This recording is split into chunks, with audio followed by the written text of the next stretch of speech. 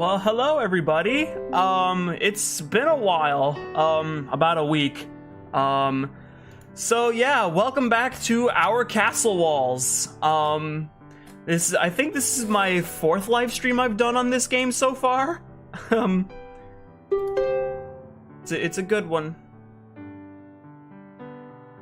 I'm just gonna load the game. Yep, this is exactly where we left off. We read the Our Castle Walls poem. And I think that's all I remember so far. All the cupcakes are gone. No surprise there. Oh yeah, also hello chat. Goji fan, Yuri Kobayashi, J Money, Lepoyo. What's up guys? All the cupcakes are gone. No surprise there. Some of the pamphlets are scattered on the floor, but somehow the decorations remain untouched. Hi, Gabriel. Who's gonna take care of everything? Wouldn't that be mine and Yuri's responsibility? But me and her are supposed to hang out after this. I know who to bug about this. Bringing myself back to reality, I walk over to Monica to see that Yuri's already talking with her? Now I'm even more curious. Once I approach them, I decide to keep my mouth shut and listen in on what they have to say, hoping that they'll notice my presence without me having to say anything.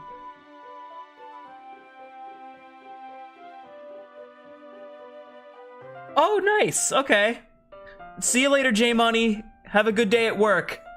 Work hard, buddy. This doesn't last for long, however, as Yuri seems to notice right away and looks while lightly blushing.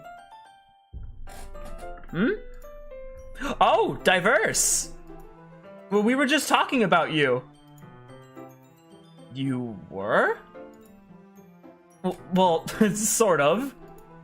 You don't have to worry about taking care of the decorations. We'll keep the banner in the closet for it to stay. How does that sound? Did she read my mind? Nah, Yuri probably beat me to it or something. It's too bad we can't just keep the banner hung up for the rest of the year. This classroom does get used during that day. Either way, very cool. I like that. Good. Leaning down to give me that one look of hers replaces the relief inside me with curiosity. You two can enjoy the rest of the festival now. The both of you deserve it. Don't Sayori and Natsuki deserve it too? I know Natsuki doesn't. Never mind. Studying Yuri's expression shows the same apprehensive face from earlier. Thought she'd be happier once this is all over. Wonder what she's thinking of. Shall we? Yes, please. With my smile becoming a bit bigger, I approach her side as we walk out of the clubroom together. Stepping outside the clubroom as students pass by us, both me and Yuri stop just outside the door with her expression remaining the same. Can't help but breathe a sigh of relief now that performing is all over.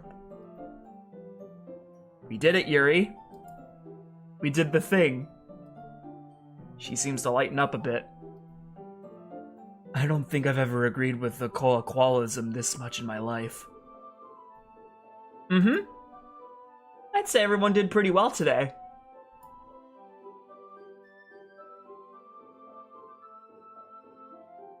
Me too. An unexpected silence that makes me feel unsure about everything fills the air until Yuri breaks said silence. Diverse, please listen to me real quick. Uh-oh, I don't like the sound of this for whatever reason. Is something wrong? No, nothing is wrong. Just, would it be too much to ask if we were to visit the library first? The library? Is there a special event going on in there? I don't remember the fortune teller being there last...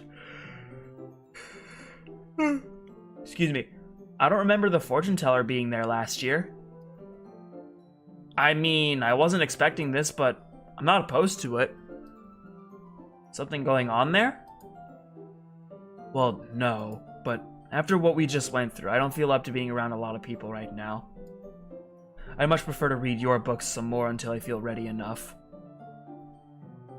I hope you understand.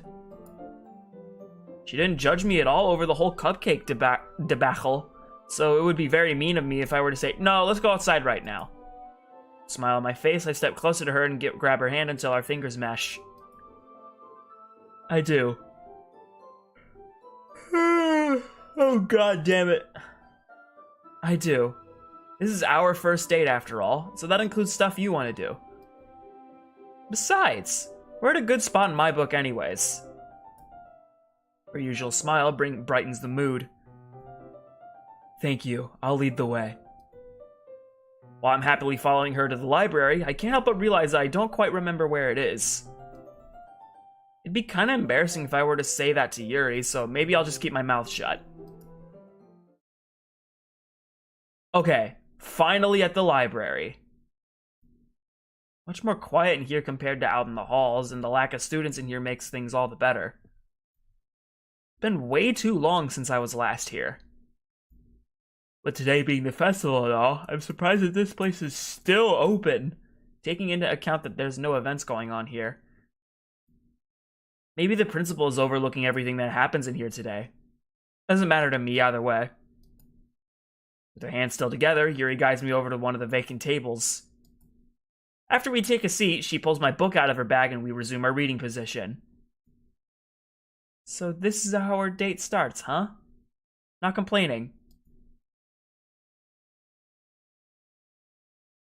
30 minutes later.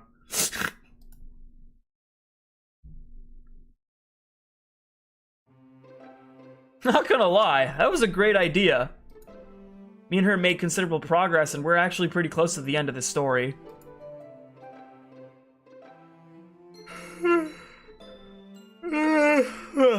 Sorry. Granted, the whole battle sequence with chaos in my story was exciting and all, and I had to remind myself to not get so worked up during. Yuri's hand breaks away from mine as she reaches over to close the book. I think we should call it here for now. I think we should call it here for now. I nod at her as she puts my book away in her bag. Yeah, definitely. I forgot how exciting that part was. It is now that I realize I'm supposed to keep my voice down in the library, but Yuri doesn't seem to care. I'll admit, that was quite fun to read. Although I don't quite understand how they were able to find barrels of TNT on the island. But nonetheless, I'll add that to my list of best action sequences that I've read. This girl's way too cute. I love it. Nice! Oh, by the way, how are you feeling? She seems to be overthinking again. Much better now. The sound of my stomach interrupts her. Not cool. I look towards the ground, slightly embarrassed. I think that answered it for you. Yuri giggles to herself. And that settles it. Shall we get going? I happily approach her, take her hand in mine, and look at her. Let's do this. Excitement slowly builds in me as we step outside of the library. Back in the hallway, there aren't as many students as there were before. Maybe they've all gone to check out the events outside or something. That's exactly where me and Yuri are headed. Walking down the school halls with Yuri like this has a rather different feel to it, but it's not unwelcome by any means. As we walk past the door to our club room, my ears manage to pick up on the sound of a door opening behind us, to which I instinctively turn my head towards the sound. And sure enough, Sayori is shown walking out the door. The look on her face as she sees the both of us sends me into slight panic. Oh god, no, she knows now! But of all the things she could possibly do, she gives me a bright, friendly smile as if she's saying, "Way to go!" That running through my mind, I genuinely smile back at her and look back over to Yuri, who I'm guessing didn't notice Sayori at all. We're almost to the school entrance, just a flight of stairs to go, and we'll be outside. The excitement in me is steady. Now that I think about it, I don't really know what exactly me and Yuri are gonna do. Or what she would... There you are! Just the person I was looking for! Me and Yuri stop in our tracks at the sound of a deep voice I don't hear around here often. As our hands return to ourselves, the both of us turn around to see the principal. He's much taller than most of us, in his mid-40s, a receding hairline and a cigar on him at all times. What could he possibly want? As he approaches us, all the excitement in my body starts fading away, but I'm somehow able to not let it ruin my mood. Hi there. His somewhat serious expression never changes. Yes, hello. I would like to have a word with you for a moment. An uncomfortable silence plays out as he directs his vision towards Yuri and squints his eyes. In private.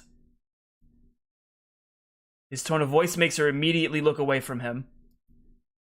Made me feel a bit uncomfortable too, which was a little uncalled for. But what could be so impatient to resort to that? Before I comply with what he wants, I shift my head slightly towards Yuri. I'll be right back. She doesn't react at all, she just stays in place. Let's get this over with. Walking up and approaching the principal, he turns away from Yuri and we walk in silence to the principal's office. The whole time, my mind is racing, mainly about whether Yuri will be alright and what he could possibly want to talk about. I have a feeling this is about Wallace. Doesn't take too long for us to get there. Once we're inside, we both take a seat, and I can't help but get distracted by all the papers and whatever on the wall. My eyes land on the list of top 50 students that get updated every month. No surprises that Monica would be number 1 on the list. Oh yeah! Where does Yuri stand on there? Let me see. 3, 4, 5... Ahem! My attention snaps directly to him as I anticipate what he wants to talk about. So first off, how's the school year been treating you? I hesitate and think before I speak up, mainly out of nervousness. Well, everything's going okay so far. Besides some people being not very nice to me and my... I don't know how he'd react if I were to say girlfriend. Best friend. I don't really have any other complaints. Whoa there, my boy. Don't feel that you have to hide anything from me. I've seen how you were with that girl earlier. His tone is still rather powerful, but it's surprisingly calm enough to where I don't feel too upset. I'm guessing that means he knows about me and Yuri. Besides that, though, you were talking about my son, Wallace. Is that right? Oh yeah, I completely forgot he was his dad! But for whatever reason, I still don't have it in me to make eye contact with him. Yes, him. Well, I want you to know that I had a word with him a few days ago about his recent behavior. Good. It's about time. His tone of voice seems to lighten up a little bit. I want you to tell me if he ever does anything to you again. Can you do that? I mean, it's nice that he's looking out for me, but why didn't he mention Yuri as well? And what was with his tone of voice earlier today? Maybe I'll worry about that later. I look up to him as he lights a cigar and nod at him, but not as enthusiastically as I normally do. Understood. I mean, yes, He laughs to himself and blows out a puff of smoke while I look away in embarrassment. You're fine, my boy. Is there anything else that's bothering you recently? Somehow my mood has gone upwards a bit, thanks to him being a bit more relaxed. Also, the smell of the room doesn't agitate me, so that helps too. I'm able to look straight at him now. No, not that I can think of. Classes are going okay, and I've met a few new friends, so I'd say that's pretty good. He flicks his cigar in a nearby ashtray as a small smile makes an appearance. Good, good. I believe our time here is done. You may leave now. A small wave of relief washes over to me as I get up from my seat and slightly bow to him. Okay, thank you. As I turn and head towards the door, he speaks up again with his authoritative tone. Oh, and one more thing. Immediately stopping in my tracks and turning around to face him brings curiosity. My arms instantly go behind my back. Yes? His smile from earlier makes a return as he picks up his briefcase that I don't even know he had. Don't forget there will be a fireworks show tonight. Oh, yeah! That's something I missed out on last year. I know what I'm doing tonight. Thanks for telling me. On the walk back to where me and Yuri were, On the walk back to where me and Yuri were, my mind ran with excitement about what's going to happen later when we're outside, and also about the last time I stayed at school this long. Getting closer and closer to where we were, my excitement slowly becomes replaced with worry as I don't see Yuri anywhere. She's just not there. I'm stuck in place by the flight of stairs wondering where she could be. What do I do? Do I just stay here and wait for her? Should I try looking for her outside? Is she in a classroom? But why would she be— Diverse! Huh? Yuri? Quickly turning around shows her walking towards me, to which I breathe with a sigh of relief. Sorry if I startled you just now. I was in the restroom. At least she's safe. That's okay. Ready to head outside now? A lovable smile makes an appearance. Let's get going. The moment that me and Yuri step out of the school building and into the fresh air is when we're greeted by the rays of light that shine from the setting sun. It has a very welcoming feeling to it, and the breeze is just as calm as it was earlier today. Absolutely perfect. The number of students outside now isn't as many as I thought there would be. I guess that's what spending time in the library does. There's still some stands up that I wouldn't mind checking out. The fresh air makes me feel more alive inside, as the two of us inspect everything that's happening outside.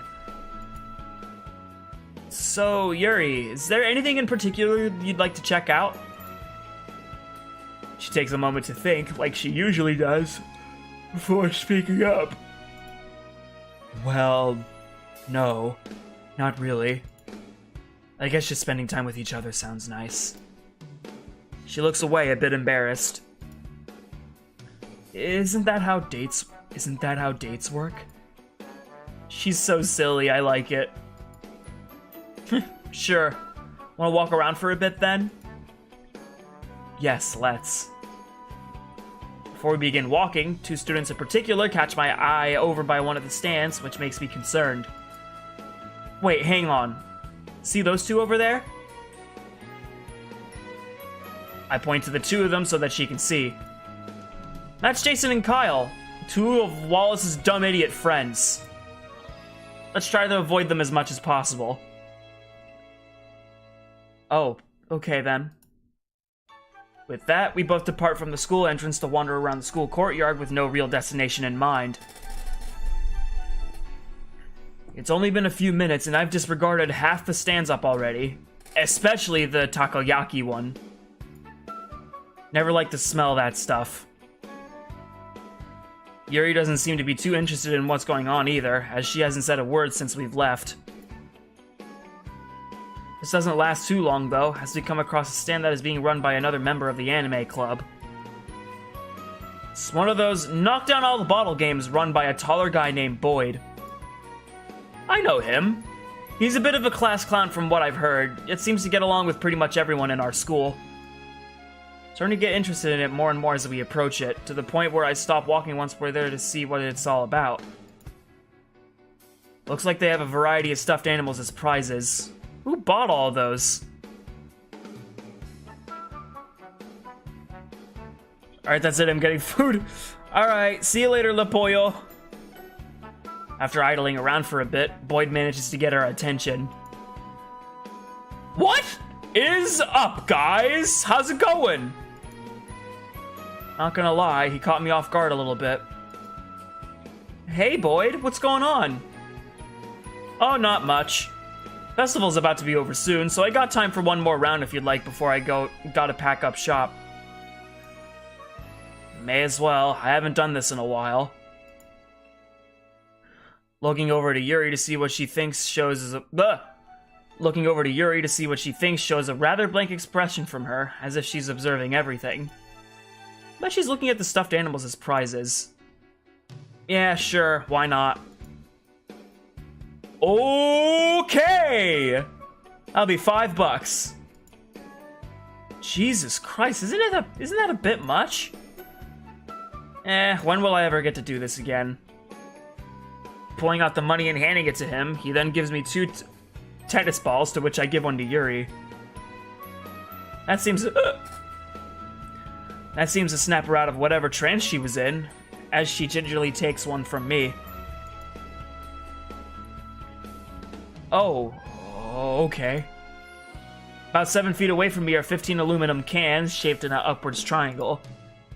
How funny would it be if they had used glass instead of aluminum? Imagine having to clean up after that, and then finding more bottles to replace the broken ones. That would be a nightmare. It shouldn't be too bad, though. Just aim towards the bottom, and that'll knock most of them out, right? Keeping that in mind to figure out the best spot to throw, I give it all I've got, and...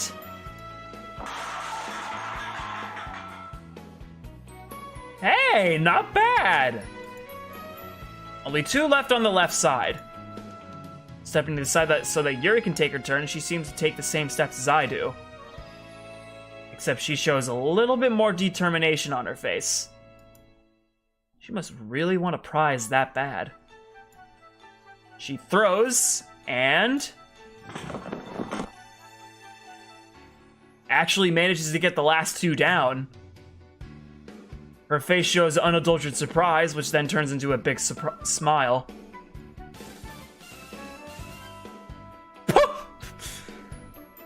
Man, I'll never get tired of hearing that.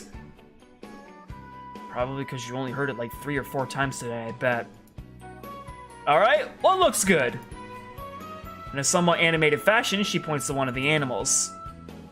Rambi, please. All 3 of us stay silent as Boyd stares blankly at her. I, on the other hand, am tempted to facepalm. What?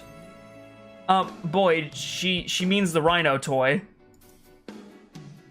As we're handed our beloved prize, Yuri grabs a hold of her new rhino friend and holds him close to her chest. This makes me smile a bit, as it reminds me of yesterday. We did it, Diverse! I guess we did. Ellie has a new friend now. Yuri looks away with her lovable blush and smile. I suppose so. I'm getting kinda hungry though. Wanna get something to eat? Looks like she's calmed down a bit now. Sure, I don't mind. She approaches me and wraps her arms around mine, which makes me blush a bit, now feeling warm and happy, despite the breeze outside. One of the nearby stands has students from the cooking/baking club trying their hand at making sushi. After eyeing it down and agreeing on it with Yuri, I get the salmon nigiri, and Yuri gets the kind with shrimp and cream cheese inside. After paying for everything, we find a seat at a nearby bench and enjoy ourselves. Yuri was even kind enough to bring out her chopsticks from her bag for the both of us. I never liked the sticking feeling from rice on my fingers. After enjoying ourselves for a bit, I can't help but notice that Yuri has some extra stuff along with sushi. I have to go now. Alright, see you later, Gabriel. Something green and something pink.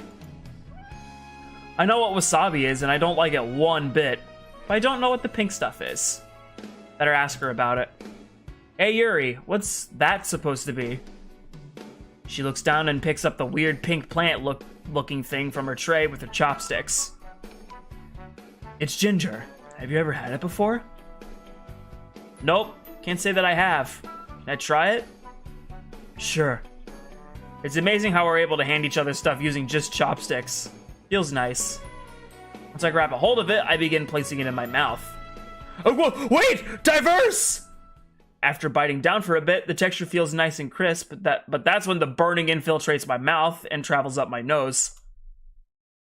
I can't move at all due to its intensity, but it's not enough to make me tear up. I was gonna say, don't eat the entire ginger root. It's okay. Just wait for a bit. It'll go away. As it dies down a bit, I close my eyes and force myself to swallow, then subsequently take a deep breath. Oh, that was intense. I'm sorry, Diverse. I forgot to mention that you shouldn't eat that by itself. Kind of figured that. Here. I raise an eyebrow at her out of curiosity. She grabs a considerably smaller piece and brings it over my way. I can't help but feel reluctant to try it again. But at the same time, I should probably take her word for it. Grabbing a hold with my chopsticks, I place it on one of my sushi and try it again. Much to my surprise, this is significantly better. The vastly different textures of the ginger and salmon surprisingly go well together, as its citrus-like taste of ginger makes everything heavenly. I can't help but close my eyes and dreamily smile this time. I think I can hear Yuri giggling to herself, but I couldn't care less. Well, look how cute. Well, look how cute. Sharing food with each other. That's how you get germs, you know. Wait, what? Natsuki, don't say that! Sharing is caring! Being broken out of my trance Being broken out of my trance shows Sayori, Natsuki, and Gorudo in front of us. Have you ever heard of the meme Moni Girl? I have not, sorry. Both the girls are holding giant bags of cotton candy. Maybe I shouldn't be too surprised that Sayori is half gone already. What's going on, guys? We're all done. Excuse me. We're all done walking around. Now we're gonna find a good spot to watch the fireworks tonight. A bolt of realization strikes me. Oh yeah, I almost forgot that was a thing. I immediately look over to Yuri, who just finished her last sushi. You want to watch them tonight? The expression on her face looks like fireworks are a foreign concept to her. After what I'm guessing is a light bulb going off in her head, she returns back to normal. I would love to. What time do they start tonight? When it becomes dark out, so I'm guessing in 30 minutes or so? Excellent. Stuffing her empty sushi tray in her bag, she gets up from her spot on the bench, which causes me to out of instinct. Let's go, Diverse. I know the perfect spot for this. Natsuki and Sayori look just as dumbfounded as I do. What could she have in mind? Okay. It doesn't take long after her approaching me and walking away for Natsuki to open her mouth. Hey, shouldn't you two stay here for that? Yuri stops in her tracks and turns around to face her. And shouldn't you be filling out the rest of your divorce papers? Everyone stays silent with mouths agape. I didn't expect that to come out of her mouth. Damn, girl, she got you real good. Natsuki angrily takes her hand and grabs both of Garudo's lips to shut him up. Zip it! Let's just leave these two alone. With that, she drags him to wherever the three of them are headed to. Not even Sayori waves back to us. She just walks away with them. What even happened just now? Well, I don't know, whatever it was, Natsuki definitely deserved it. Let's get going, Diverse. Yuri quickly walks away and all I can do is catch up with her.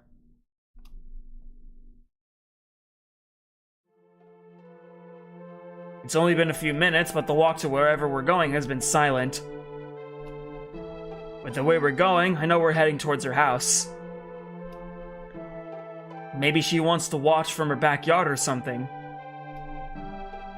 She finally speaks up. I'm sorry, Diverse. Just hearing the sadness in her voice makes me grab her hand, hopefully to send the message that I'm not upset with her. Luckily for me, she doesn't resist. What's the matter? Let alone, why is she saying that to me? Just... maybe I shouldn't have said that to Natsuki. Oh, that. Even with my support, she still looks down to the ground while we walk. It's just... everything was going so well. For once, I was able to enjoy the festival, and it felt like she was trying to ruin this for me when she really wasn't. Hey, we all say things we don't mean sometimes. Please try not to worry about it. But I made everyone feel bad. I should have kept my mouth shut. I tightened my grip on her. I tightened my grip on her in an attempt of comfort. Look, I'm not gonna judge you over something like this. She really shouldn't be getting into people's business like that anyways. If it helps, she kinda annoyed me too. She doesn't respond to that. Pretty sure she's lost in thought right now. I just hope this doesn't come back to haunt me. I'm certain it won't. I mean, look at what happened after my second day in the club. What happened with you and her wasn't brought up... What happened with you and her wasn't brought up at all the next day. I'm sure it'll be okay. I say that, but I just now remember that I did end up talking with Natsuki about it the next day. What Yuri doesn't know won't hurt her. In this case, at least. I suppose you're right. Thank you for not judging me over this. It's no problem. Besides, I know the feeling of saying stuff that makes you feel out of place, and you just have to have it happen every time. So you're not alone. I can feel our tenseness easing up slowly, mainly mine. At least someone else understands. We walk for a few more minutes in a much more comfortable silence between us. It's almost completely dark outside now, and the sounds of the school grounds are now non-existent. After said minutes pass, we end up walking right past her house. Once I realize what's going on by checking out my surroundings, her face shows a rather relaxed look, as if she has everything all planned out or something. With my curiosity increasing, I tug at her hand lightly to get her attention. Oh, by the way, I never asked. Where exactly are we headed? Oh, you'll see. You mean we're not gonna watch from your house? No, I have something better in mind. The park? Full of surprises, I see. I like it. I can't stop excitement from slowly building up in me by trying to figure out where we're heading. I feel like they're gonna go to that one spot where they were sitting on the log and marked their little thing there. 10 minutes later.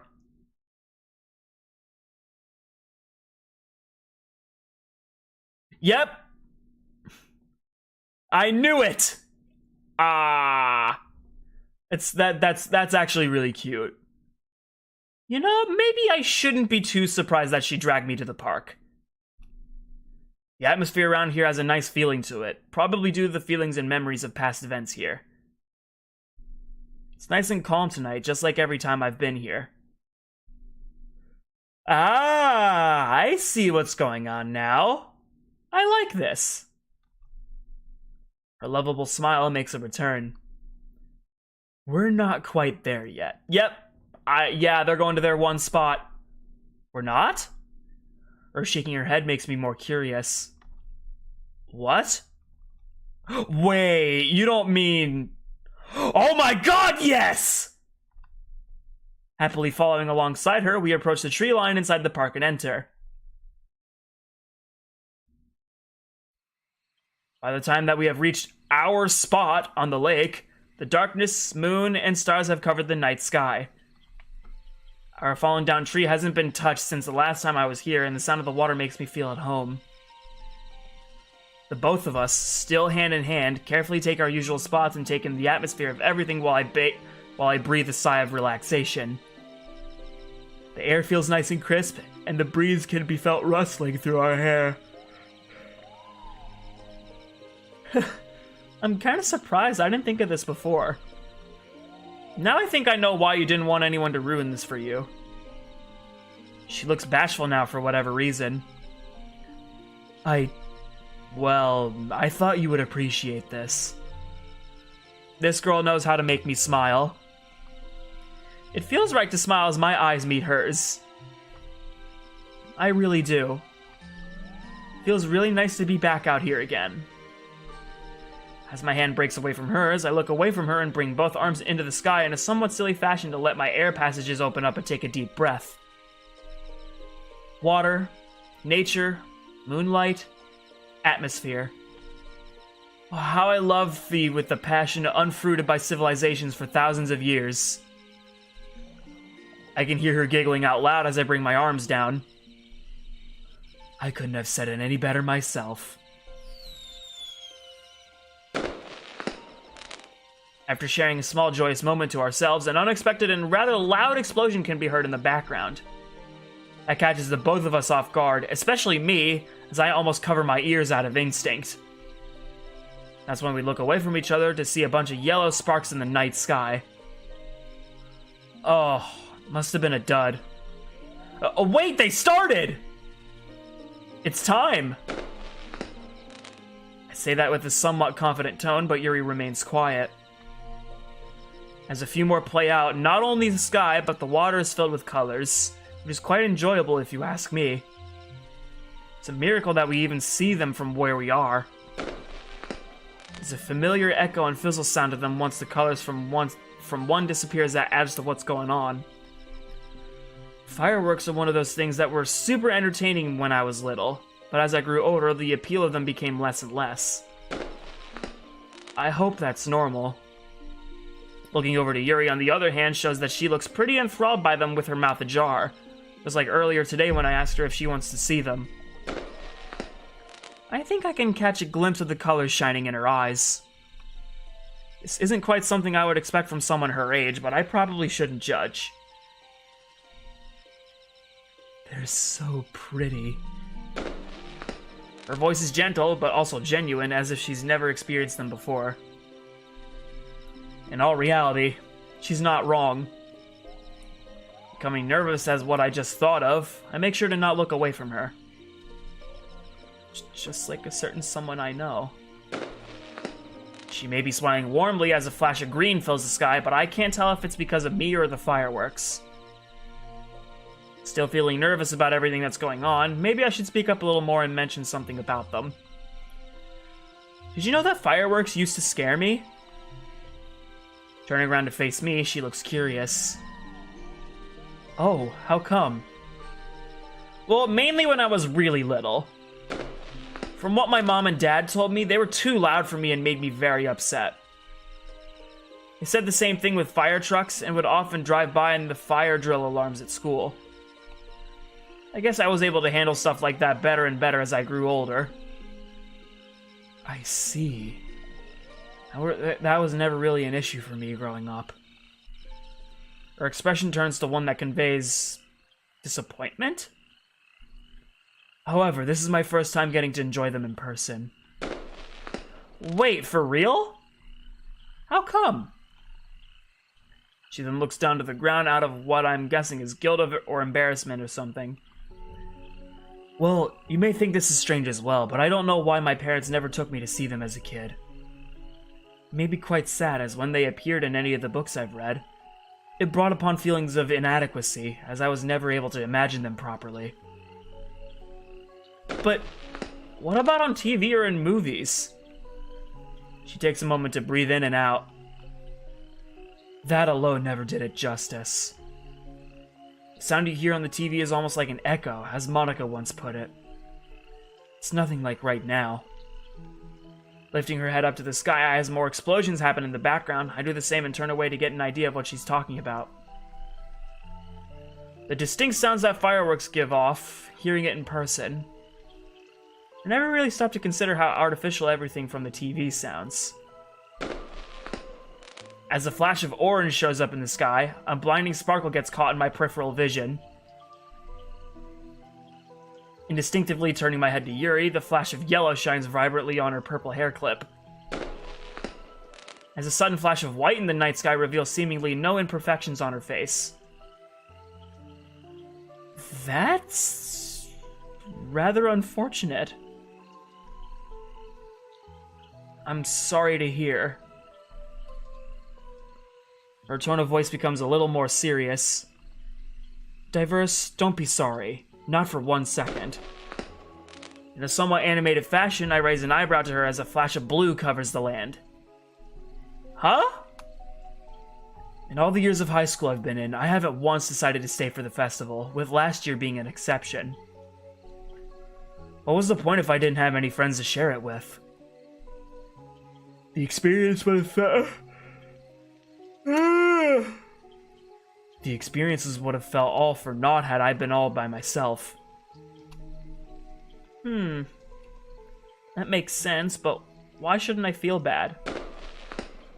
As she slowly directs her vision towards me instead of the fireworks, a small smile shows up on her face. Because you made today special for me, even if I was being difficult or needy. I think I've just about drowned out the colors, the sounds, the everything of what's going on around us. I carefully scoot closer to her until our arms and shoulders are touching. Which I don't think she was expecting, but doesn't resist nonetheless, and blush while looking at her. Thank you, too, for making today special. She smiles warmly at me, but I can tell if she's blushing back. Excuse me. She smiles warmly at me, but I can't tell if she's blushing back due to the array of colors going on around us. I suddenly see what's happening in chat. Can you, like, not roleplay about war, please? I'll have to time you guys out if I have to. Anyway. She smiles warmly at me, but I can't tell if she's blushing back due to the array of colors going on around us. There's a nice feeling with being this close to her, but it's making me nervous at the same time. Seeing her wonderful smile when I'm this close to her becomes etched in my mind. Makes my heart beat a little bit faster, and focusing on talking and breathing becomes a little more difficult. Hey. I'm really happy we were able to spend the festival together. I am too. You want to know what makes me even happier? She looks over to me with curiosity and a hint of excitement plastered all over her face. Ooh, do tell. Well, that we go to the same school, the same club together, hang out together, having interesting conversations with each other. Just everything, I guess. Looking into her eyes shows that she's the one with starscapes in them now. Closing her eyes, she wraps her arm around mine and rests her head on my head. I can't help but wrap my free arm around her shoulder and carefully rest my head on hers.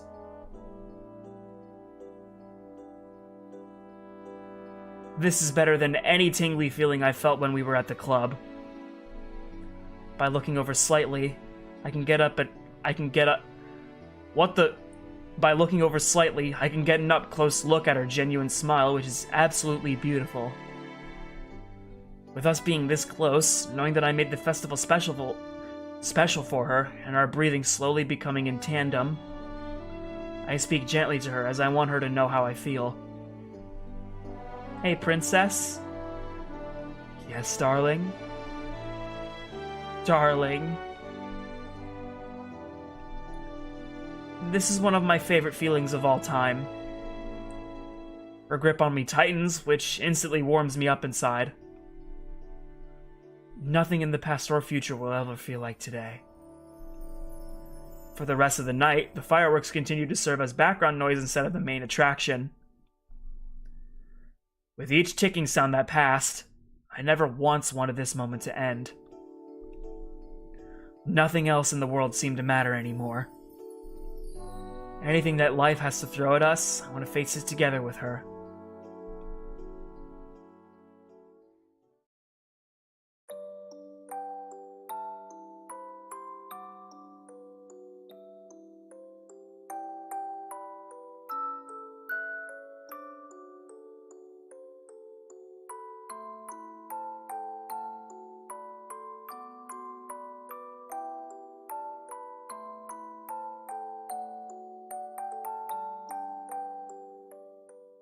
Wednesday, October 13th.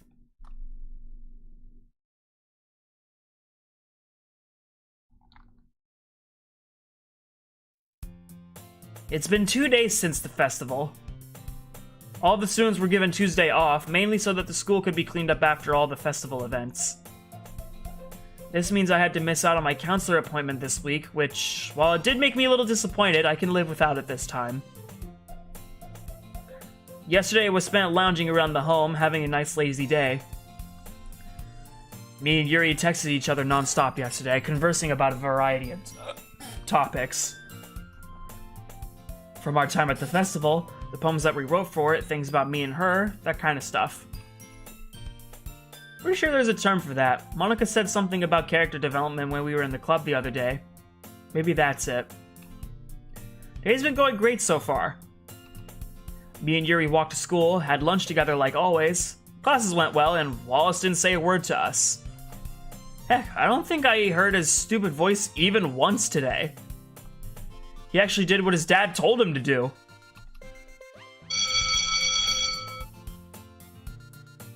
Alright, it's club time! Quickly packing away all my stuff as excitement builds in me, I make my way out of the math class and into the hallway. I have been paying more attention to my surroundings than usual after leaving my locker. 1, so that I don't bump into anyone or anything, and 2, if in the off chance that I run into Yuri on my way to the club. Probably shouldn't expect much, though. Found out that her last class is on the opposite side of the building. Another thing is, I still kind of hope that we didn't get any new club members. I don't want the move of the club to be ruined by anyone else. As I approach the stairs and make my way to the club with my newfound arbitrary worry, that seems to be less concerning as I hear something unusual happening above. It's as if there's a fight going on upstairs. I know that those are usually never my business and I shouldn't stick my nose in them. But I kind of have to head that way to get to my club, so I'll just have to look away from whatever train wreck spaghetti flinging mess is happening. The closer and closer I get, a voice I know rings through the halls, which makes me immediately stop in my tracks. Leave me alone! Oh God, no. What's going on? My walk up the stairs has slowed down to a gentle tiptoe. You don't have to do this! You really are a freak, aren't you? Wait a minute, I know that douchebag's voice. That sounds like... Peering around the corner to the hallway that our club room is in shows... Oh my sweet Jesus. It's Jason! That's one of Wallace's dumb idiot friends. They're about 20 feet away from me, and he's got Yuri pinned against the wall with a stupid grin on his face, whereas she looks distraught. I don't think they've noticed me yet.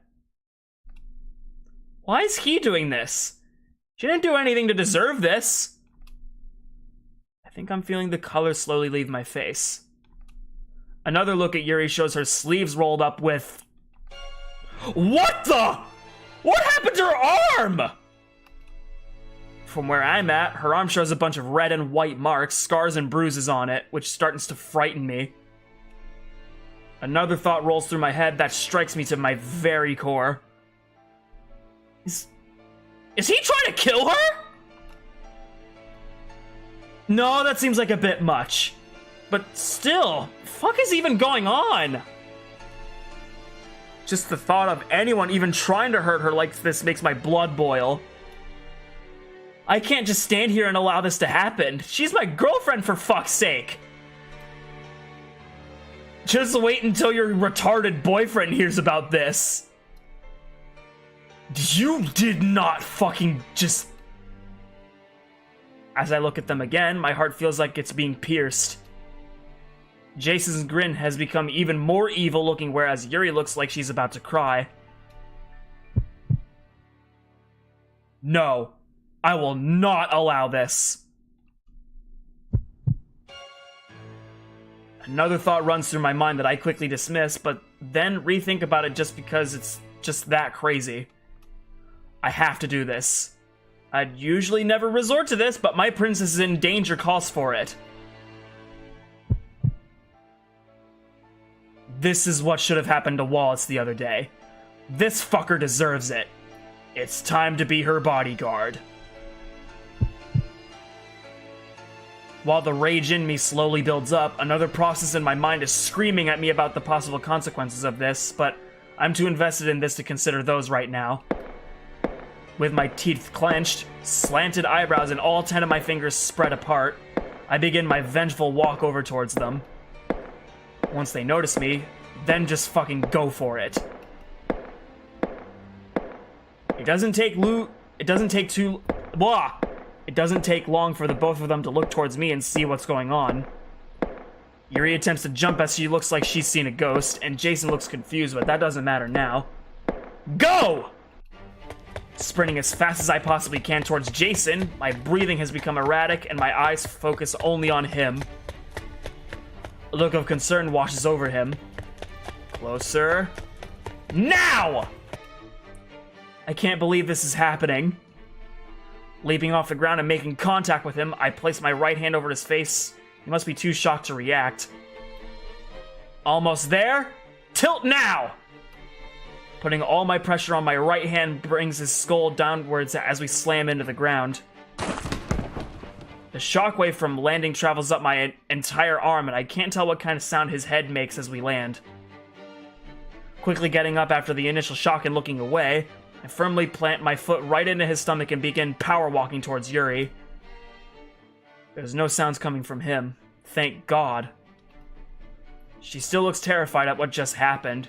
She might even be shaking, but her safety is more important right now. I make sure my expression isn't as serious as it was before approaching her, to which I firmly take a hold of her hand. It's not safe here! We have to go! Pulling her my way with somewhat considerable force, she doesn't budge, which I wasn't expecting, and almost fall over. Turning around to see why she's not moving, I get a glimpse of Jason's body moving again, almost like he's trying to get up. Panic and fear immediately shock me, which causes me to quickly place my free hand on Yuri's waist and look at her wide-eyed, which makes her look concerned.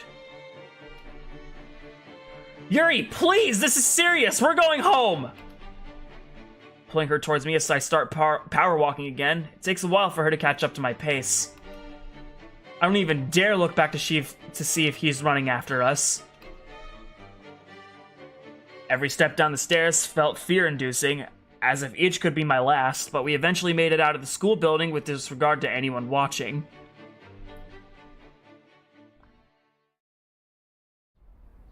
Once we're outside and have made it to a considerable distance away from the school, we slow down and start taking the path towards Yuri's house.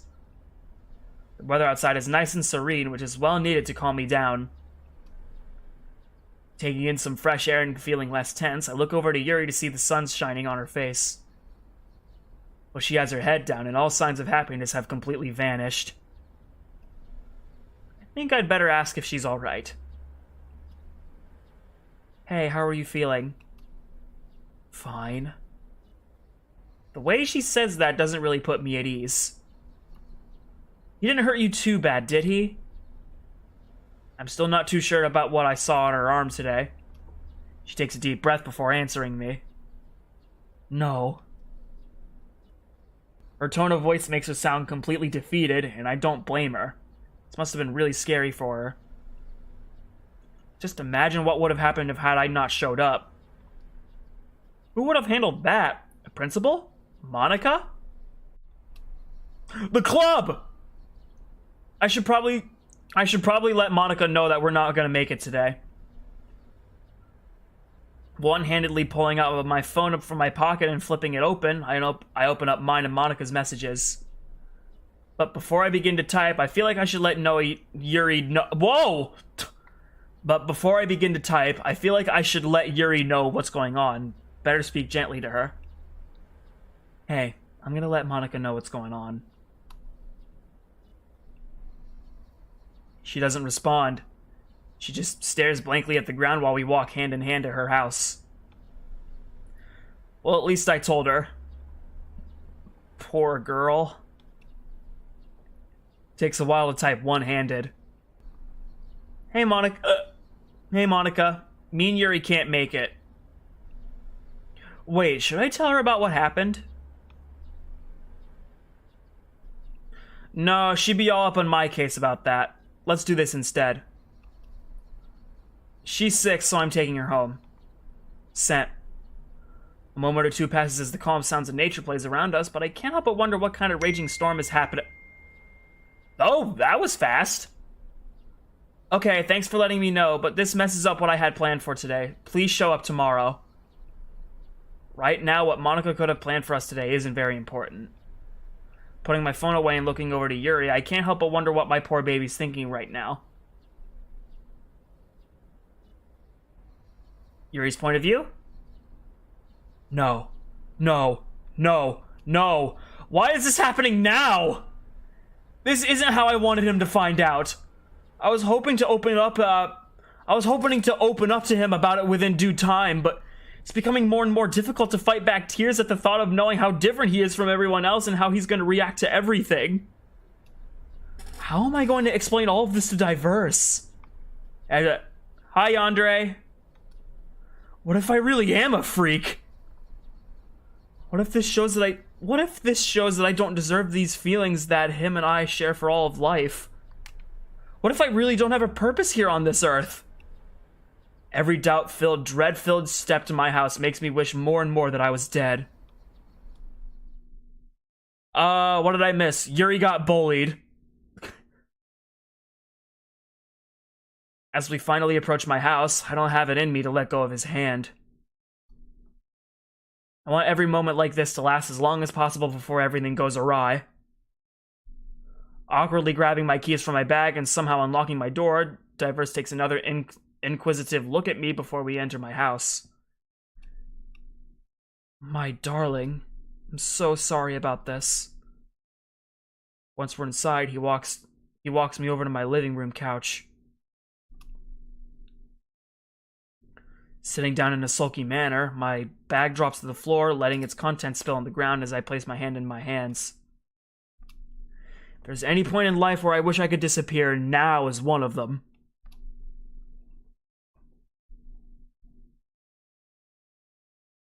Back to MC's point of view. Okay, we're safe in her house now, and it still looks as clean as when I was last here, despite the mess in front of me. Avoiding the stuff from her bag to crouch down on both knees in front of her, I'm not able to take her hands in mine, as she's still as silent as she's been most of the day. I'll ask her about what I saw on her arm later. Hey, how are you feeling? Takes a while for her to respond. Her shaky voice still doesn't bring me at ease. I'm scared. I can't help but immediately wrap my arms around her as I hear those words. Rubbing the back of her head for comfort, I speak gently in her ear. Hey, it's okay. That was really scary, but we're safe now. No one can hurt us now. She doesn't respond, or even do anything. We just stay here, close to each other for a while, until she gently pushes my arms away from her and looks back down to the ground again. Diverse, there's something I need you to understand. My eyebrow slowly raises at her. What is it? Please, just take a seat. It's really important. With curiosity taking over, I carefully get up and take a seat to her left on the couch. She takes a deep breath, takes a hold of my hand. This really must be important for her, as I can feel her shaking. Diverse, there's something I've been hiding from you. I wanted to wait until much longer to tell you, but there's no denying about what you saw in the hallway today. Something she... hiding? What? With her hands still shaking, she slowly rolls up the sleeves of her uniform to reveal her left arm. I'm left speechless as the sight of her arm makes itself a permanent spot on my mind. Letting go of her hand, I carefully take a hold of her left arm and bring it close to my face to inspect it. In front of me are plenty of white marks about 4 centimeters each. Some faded, mostly healed red scars, some cuts that have scabbed over and are yellow, but one cut that looks concerning as the skin's separated. Not only that, looks like this was done recently.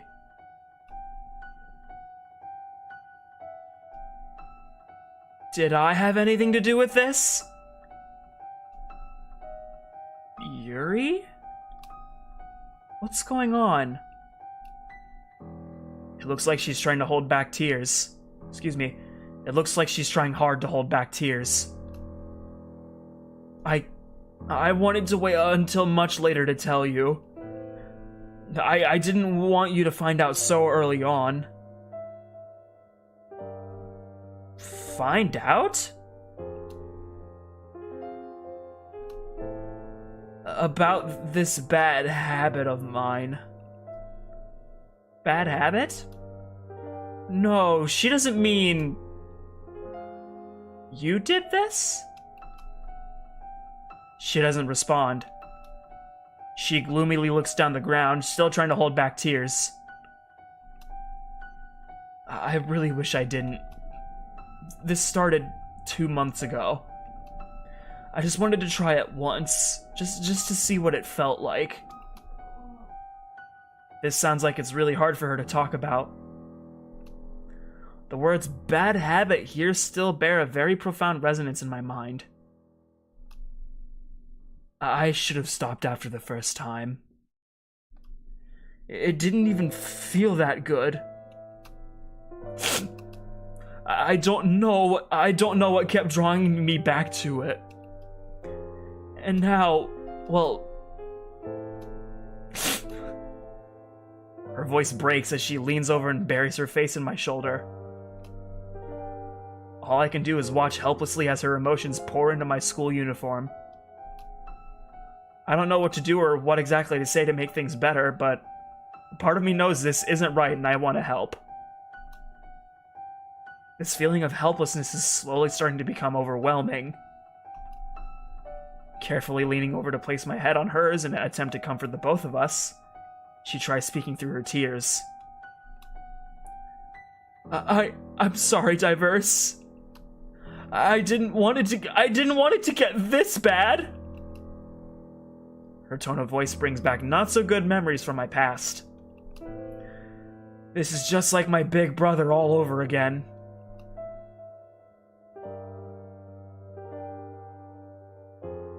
"10 years ago, Diverse's house.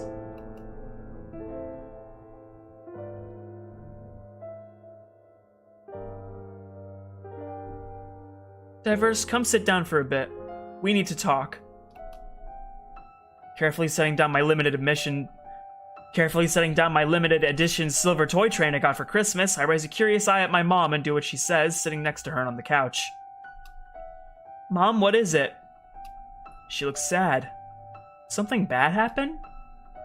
I just got off the phone with your big brother. Just hearing that cheers me up a bit, to which I bounce up and down on the couch a few times out of excitement. Big brother! I haven't heard from him since he moved. I hope he's okay. She isn't smiling like I am. I don't know how to feel about this. Maybe if I keep on smiling, then she will too. About that. You remember his wife, Heather, you know? Of course I do. She was acting funny last time I saw her, though. She still looks sad. What could he have said to her? She passed away in her sleep last night. She what? She was acting funny because of her bad habits, and she's gone now because of it.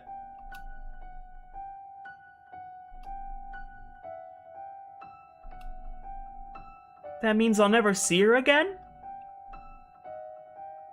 Instead of responding, she shakes her head as I'm left with my mind racing, my heart sinking to my eyes glued to the floor. Big brother. Why? Why didn't you do anything about this? I thought you loved her.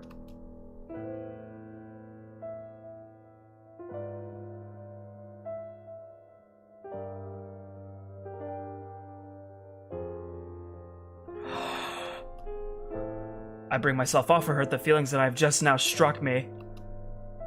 I'd understand if you don't want to be with me anymore. Don't say that. Silence briefly fills the room as I'm surprised by my more clear tone of voice. Feels like a newfound determination has come to me. After composing herself for a bit, Yuri's able to bring herself up and look over my way again. Huh? I don't want to leave you or say goodbye to you or anything like that. But why? Gently taking her hand on mine, I try my best to put on a smile to let her know I mean well. I made a promise to you a while back, so I'm going to keep it. There's no way I'm walking away from this. The both of us remain silent. She must be deep in thought about everything. Slowly letting go of her hand and getting up from the couch, I look around her floor to see all that's about. Books lay everywhere, but my eyes mainly land on bandages and neosporin scattered all around. I think I have an idea of what I want to do. That's when I kneel down in front of her again and take both her hands. I think I know the first thing I can do to help with this. Do you trust me? Another silence fills the room for a short while. I don't want to do this anymore. Confusion strikes me, which sends me into an internal slight panic. What does she mean by that? I don't want my arm to feel like it's running a fever or to constantly pick at them anymore. Those words alone make me tighten my grip on her hands, to which I can feel her doing the same. It's okay, you don't have to anymore, and I think I know how. Letting go of her hands to pick up bandages and medicine from earlier, I make my way over to her still exposed left arm and gently take a hold of it again. It'll be alright, I'm here now. That's when I carefully lay my head on her shoulder and gently wrap my arms around hers. Carefully and gently rubbing her arm, I softly speak into her ear. You're still the same beautiful girl, I'm happy to know, even after all this. Bringing my head up shows her staring at me, also unsure of what to say. There's no way you mean that. Looking into her eyes, I know what must be done. I've spoken. Silence strikes the room again as I begin unwrapping the first bandage. Applying medicine and a bandage to a yellow cut on her arm, I get a glimpse of what I think is a smile breaking through on her. That alone makes me smile back, as it feels like I'm doing something right for once. Moving on to another yellowed area, I caress her arm beforehand and speak gently. Doesn't it feel nice to have someone care about you so much? I think I can hear a faint coming from her, which makes me blush a smile more. After lovingly placing bandages on every cut I see on her lower arm, I move on to the big cut on her upper arm. After staring at it for some time, I know what must be done. I can't let something like this stop me. I won't let this scare me. This is what my mom used to do whenever I got hurt. With her arm still in my grasp, I bring my face forward until I slowly kiss the affected area.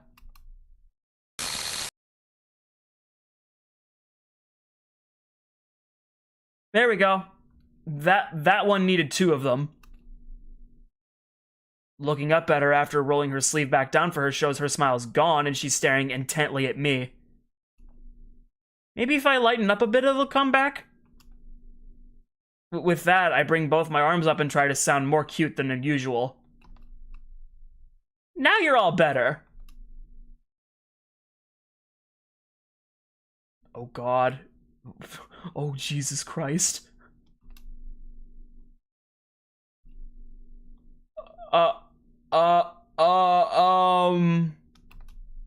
Yuri?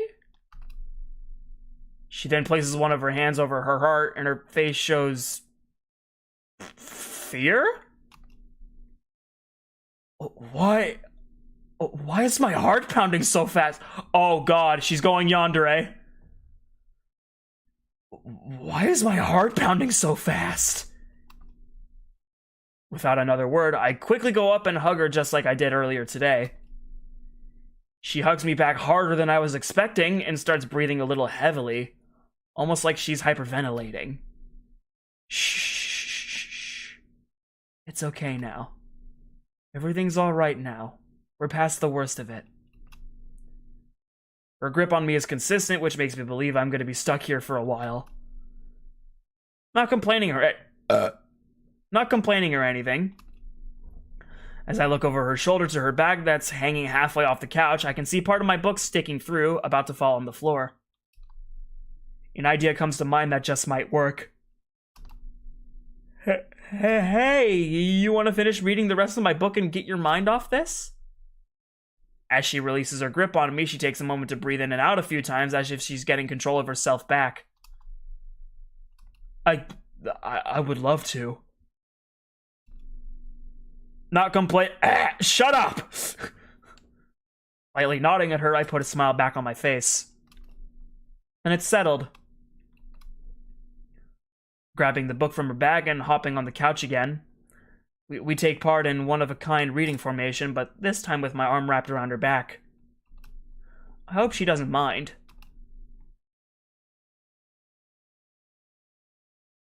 Inside Yuri's mind once again. The book.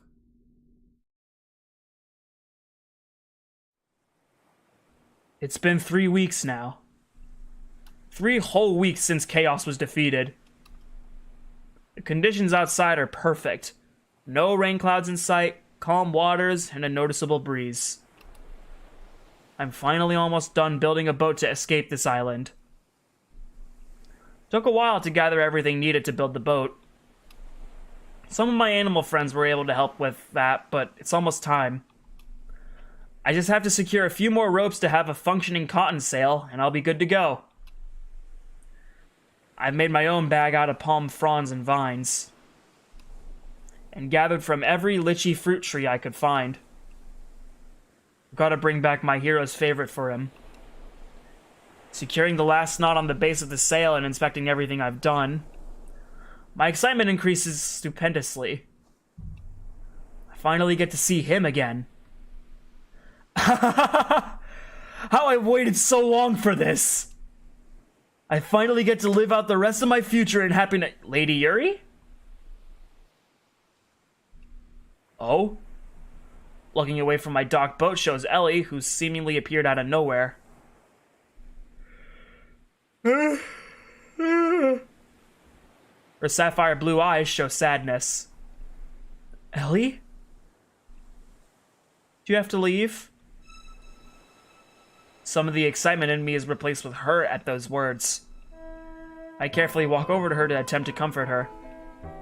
Listen, I'm sorry, Ellie, but we must part now. My life must go on as I have someone I love that I have to return to. The both of us stand there, unsure of what to say next. Love? I still don't understand what that feels like. This feeling is so crazy that it would make you want to leave all of us. The heart is starting to hurt. How do I go about explaining this to her? Oh, I'm certain you do, my dear.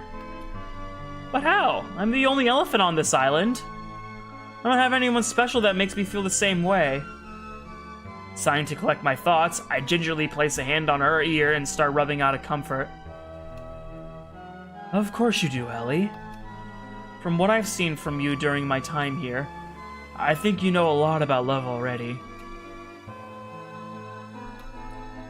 I do? You've shown it so many times that I bet you didn't even know. Remember when you and I first became friends with Ramby and you thought of the idea of building a shelter for him and went through with it? Ellie, still with a long face, nods at me. Remember after the attacks on our island, you traveled from one side of the island to the other with banana bunches in your trunk? All so that the monkeys on the other side wouldn't starve? Or that time when you spent the night with our ostrich friend at Espresso because her home was destroyed and she needed company? She's still left unable to speak. You've done all these wonderful things for your friends because you love them, whether you know it or not. Chaos may be gone and things may have mostly returned to normal. But I'm sure your friends still need you more than ever. Just like how I need my hero and he needs me. He's helped me with so much in life. Looking at the faded red and white healed marks on my arm makes me miss him that much more. And I want to go home to help him out. He hasn't seen me in so long. I bet he's worried sick about me, about our future. Nobody's been there for him that I can turn to in times of need, of pain, of strife, to reassure him that everything will be alright. I just want to be there for him, to be a couple like any other, to hold each other like any other. At this point, trying to stop emotions from building up is almost impossible. You don't have to wait to find that special someone in your life to find out all about love, but who knows? Maybe there's a boy elephant, lost and wandering, that reigns this island that we don't know about? I say that to try to lighten the mood, but that doesn't seem to work. As she closes her eyes, a lone tear rolls up down her cheek. I don't want to say goodbye. I'm trying so desperately to hold back tears and for my voice to not break. But I'm failing as I embrace her as she wraps her trunk around me. Ellie, I'm so sorry I have to leave. I'll never forget this island and all the friends that we've made. All the adventures we went on. Each and every good time that we've had. And how much I love you so. Stepping away from her with tears threatening my eyes, I lean forward and shakily kiss her forehead as one final goodbye. Turning away from her and returning to my boat, I carefully hop on board, pull my makeshift anchor from the sand, and begin paddling out into the open water. Tears start streaming as I'm farther away from the island with nothing surrounding me as the sun slowly starts setting. I'll miss you dearly, Ellie, but I'm finally coming back home, my hero.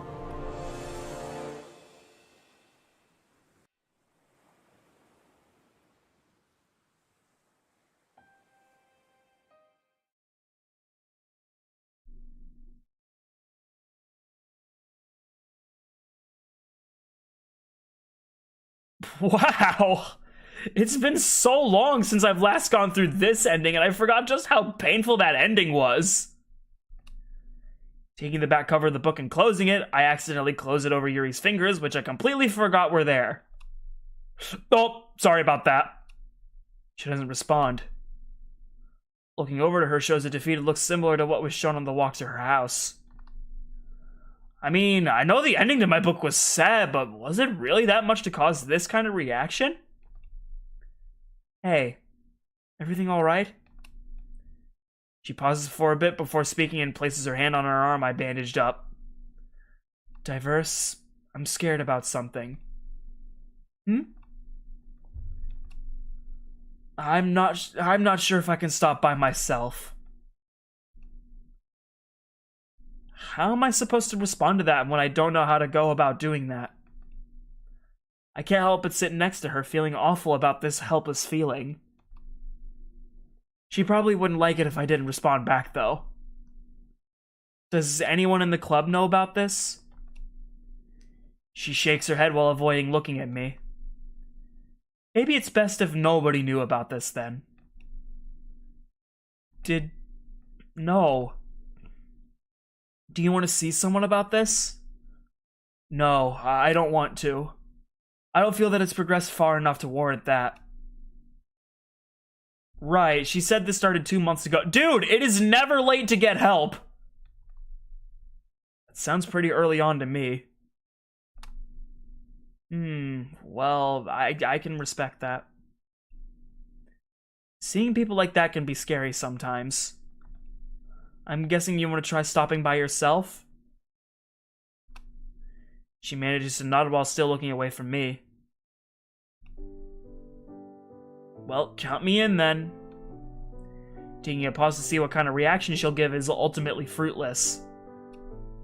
Keep going then. I might not know what to do, but let's not face this alone. If you ever feel like wanting to do that again, text me, call me, start banging on my door, wake me up in the middle of the night. Please, just anything. She gives me that one intent look again. Maybe everything's running through her mind? She has had a rough day today. Poor girl. Is that really okay? I nod at her to confirm. Of course, anything to make you feel better.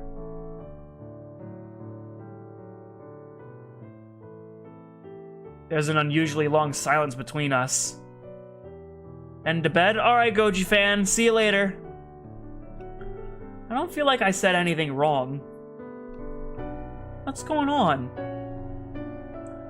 That's when she closes her eyes and practically leaps at me.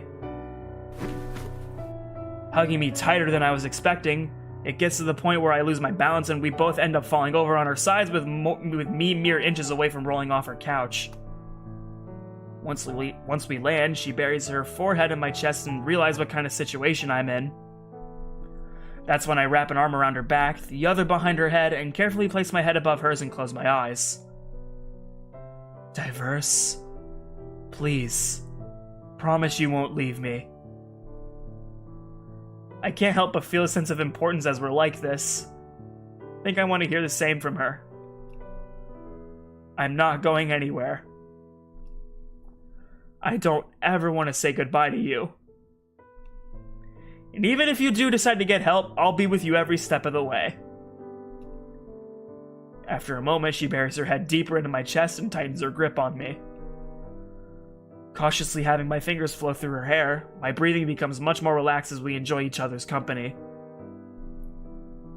As close as we are to each other, it feels like my feelings are trying to escape my body and meet hers.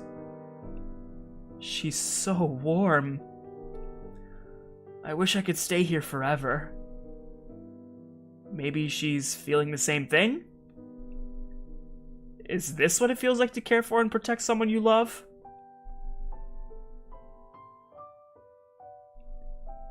Love. Is that really what's going on?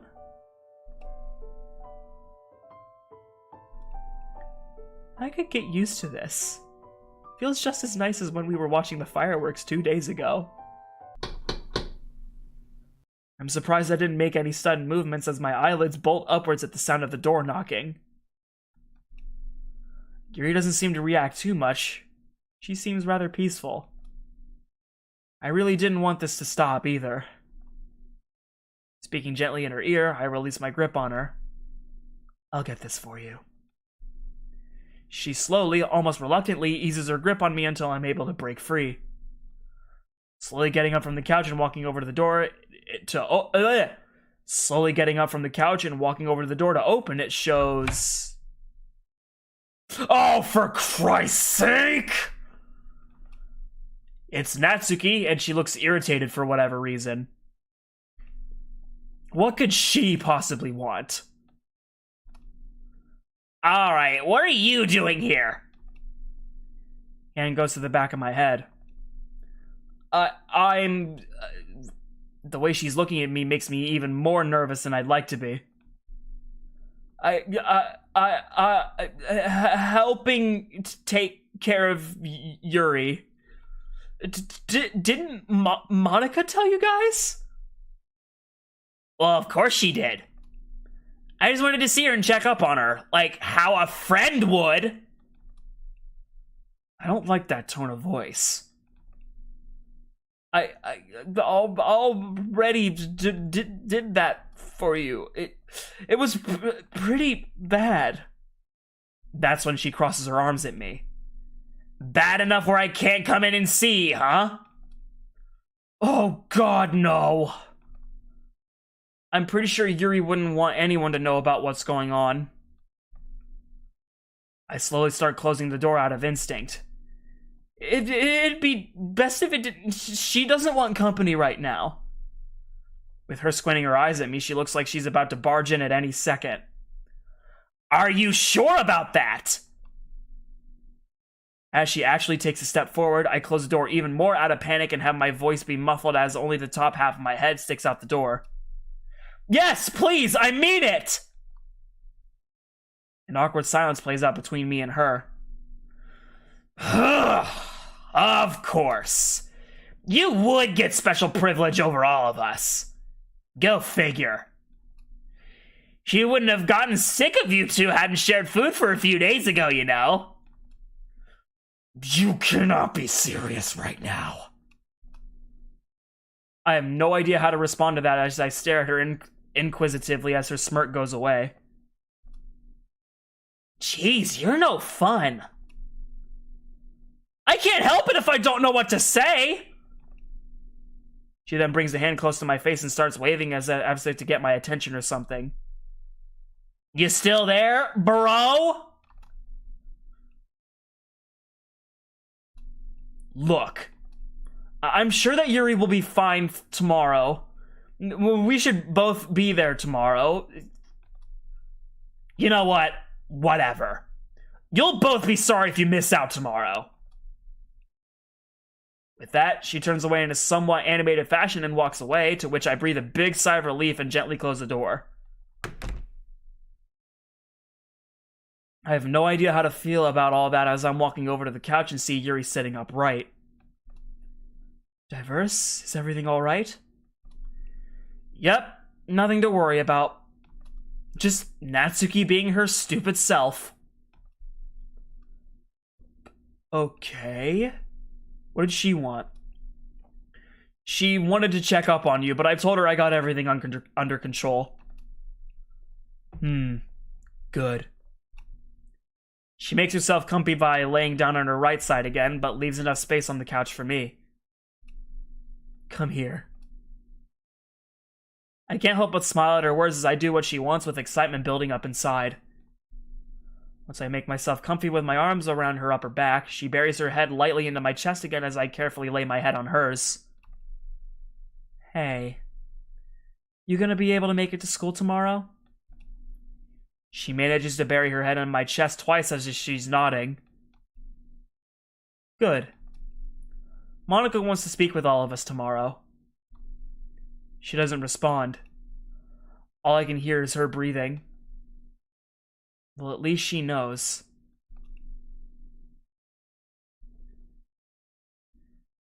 I wanted to save you. I would have done anything I could. For a few moments in my life, you made me feel as if I truly meant something to someone. About 3 hours later.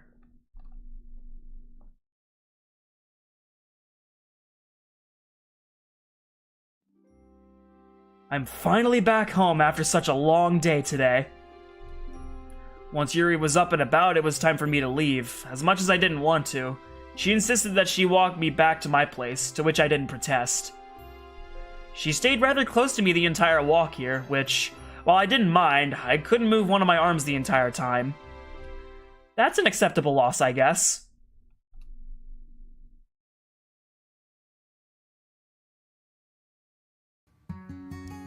Hey, Diverse.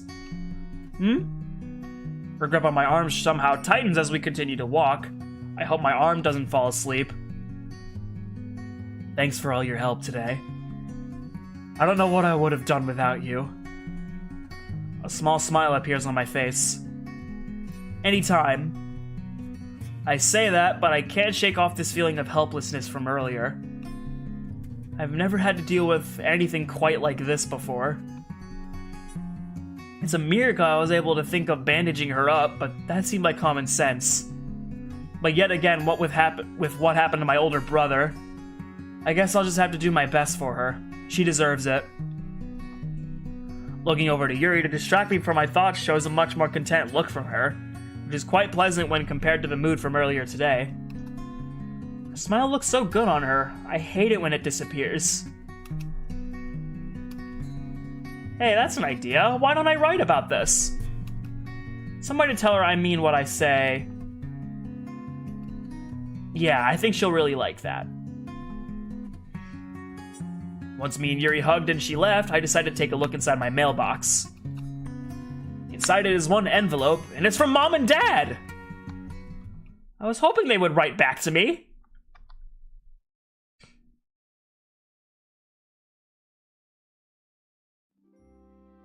It made me happy after reading the letter from my parents, knowing that everything's alright over on their end. They even said they'll help me with getting on disability and finding a job when they arrive home. It's a shame I won't be able to see them anytime soon, though. Taking the letter and placing it on the corner of my desk, I pull out a clean sheet of notebook paper to start writing a poem for Yuri. If anything, I really hope I don't have to present this to everyone in the club. Things could get pretty bad if I had to do that. 15 minutes later. Alright, I'll admit, I've only been able to write 2 paragraphs. That doesn't sound right. Isn't there another word for that? Anyways, like I said, only 2 paragraphs done. I've been stuck on a line I wrote for a while. The whirlwind of feelings that arise. Thing is, I'm not sure what feelings come about from that. I hope I don't get too stumped on this for a while. I really want to get this done to show her. An idea comes to mind that makes me think. What if... No, I can't do that. But what if... I know I shouldn't be getting up from my chair and leaving my room, but my curiosity is getting the better of me right now. Throughout the whole walk down the stairs into my kitchen, my mind was screaming at me, "Don't do this!" But it's not like I'm gonna do anything bad. I should be able to stop myself from doing anything stupid. Keyword should. Opening one of the drawers to pull out a kitchen knife and having the blade rest in my palm of my left hand. The weird feeling of power from using one of Yuri's pocket knives a few days ago makes a return. But there's fear mixed into those feelings this time instead of anticipation. It's honestly a little scary. Having the blade gently slide across my palm and fingers don't feel too bad, but it's probably not what Yuri was feeling to cause what I saw today. As my mind is still at war with me about what I'm doing, I push my thoughts aside and I gently slide the knife down my arm and have it rest on top of an area where a blood vein is. As it rests there for a bit, I don't quite realize how much pressure I'm applying as my mind is going berserk, screaming things at me. What would your brother say if he saw this? No! Stop it! My eyelids bolting upwards at the side in front of me, I immediately remove the knife from my arm and toss it away on the counter. Taking a seat at the table to take a look at the mark on my arm, I don't feel anything out of place after running my finger across said mark. I can't imagine how it would have felt had I gone any deeper. I can't help but place my head on the table, feeling a little disappointed with myself as I let out a groan of slight anguish and let my thoughts roam free. Thinking about the skin being separated on Yuri's arm strikes my body with a roaming, sickening uncomfortableness. No. Please don't. The image won't escape my head. Her glistening eyes with a single tear. Her troubled frown. Her red and yellowed arm. Her delicate voice being broken by whimpers of sadness. Getting up and placing both hands on my head. The image torments me as I head over to the wall that the couch is on and forcefully place my forehead against the wall to try and make the thoughts stop. No! No! Stop it! Not my baby! The pain in my forehead is enough to make me stop and sit down where I'm at, in the middle of my living room floor. The dull spreading pain and the torturous thought of a helplessness Yuri... Excuse me. The dull separating pain and the torturous thought of a helpless Yuri runs through my mind again, to which I forcefully grab my head with both hands and swiftly bring my head to the hardwood floor. I can almost start to feel tears build up. Please, just stop! My breathing is becoming more forced and frequent. This is too scary. I don't want to leave. I don't want to leave. I don't want to leave her. Knowing this about her, it's bothering me too much. After taking some time to try to calm down and regain control to fight back tears, I roll her onto my back and gently rub my forehead. I think I can feel a flat spot. Now being too tired to move, I continue to lay down on the floor to breathe freely and relax. To stare at the ceiling and recover, to let my mind run free once again. Yuri. I don't know how to feel. I wish I knew what to do to help. I don't like feeling this way. I regret even thinking about that. Regret. Isn't that what she felt today? She probably felt guilty too. Slowly bringing myself up from the ground, I don't have it in me to act very animated right now. Instead, I bring both my arms up and take a deep breath to continue to regain control of myself. I think I know what to do now. Turning around and walking over to the kitchen, I end up staring at the knife on the counter in front of me with a look of fear, disgust, and disbelief. Feeling my anger slowly arise, I feel like I have to be the one to put it in its place. Literally, it has a drawer that it belongs in. Making sure to be extra careful when grabbing the knife, I put it back in its rightful spot and close the drawer, then make my way back up to my room to finish the poem for her. I really hope this makes her happy. She deserves it. I'm going straight to bed after this. Maybe that'll help these feelings go away.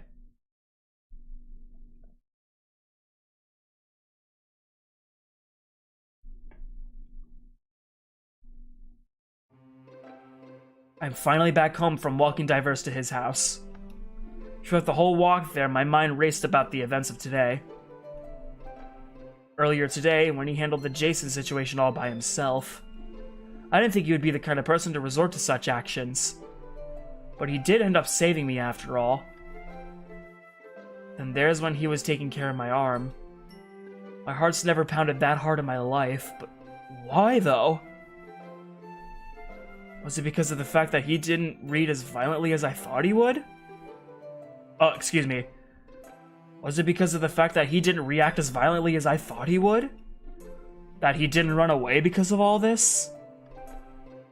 What Monica told me about a week ago also ran through my mind. Something about how these feelings I have are perfectly normal. For her sake, I hope she's right. And also something about trusting my instincts on whether something feels right or not. I'll have to remember that. I've been in this uniform for much longer than I'd like to be, which means it's time to change clothes and also think about dinner. I wish I could have stayed at Diverse's house for a bit, but he probably needs to get ready for school tomorrow.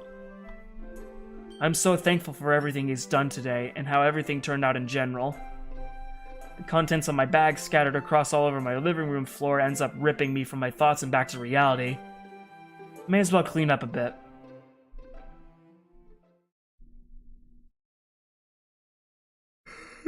Excuse me. Once that's done and my bag's in my grasp, I walk up the stairs and enter my bedroom. Once I'm in, my nose feels funny as I drop my bag on the ground. Feels like I'm about to sneeze. It's not particularly dusty in here. Just smells different from everywhere else in my house. Once the weird feeling of my face goes away, I proceed to grab the bottom part of my brown blazer, unbutton it, bring it up to my face to inhale with notable force. A rush of familiarity and excitement runs through my body. It smells just like him. It smells perfect. My mind begins racing at the thought of him, everything he's done for me today, and how close we were today. To hell with it! I'm leaving this on. I want this to last forever. I'll fall asleep to this, swear it tomorrow, have him be around me more. What he doesn't know won't hurt him. It's almost like what Monica said. This feels right. Excitedly walking over to my desk to grab my Ellie and Rambi plush, I collapse onto my bed and proceed to hold the two of them close to me. We did it, guys! Today was a success! You didn't run away or leave me! I'm so happy! That's when I begin to rock myself from side to side, hugging my friends tighter, as if I were holding on to him again, and then breathe a sigh of relief. I already can't wait to see him tomorrow. Oh? The muffled sound means my phone's still in my bag. Placing my friends near my pillow and getting up to retrieve my phone from my bag, I turn it on to see... It's him! Hey, are you still feeling alright after all... Hey, are you still feeling alright after today? Aw, look at that, still looking after me. He's so cute. I can't help but beam as I lay on the floor, stomach down, and text my response to him. Oh yes, I'm much better now. Thanks again for everything. Sent. Can't help but playfully kick both my feet in the air and giggle to myself while staring at my phone screen. I think I can feel my heartbeat increase a little bit in anticipation of what he has to say next. It's becoming a little bit dusty to keep my breathing in check, but I'm doing okay. The moment my screen comes to life with one new message, it takes me no time to open the message from him. Of course, I'm so happy to hear that. I'm going to bed early tonight. See you tomorrow, babe.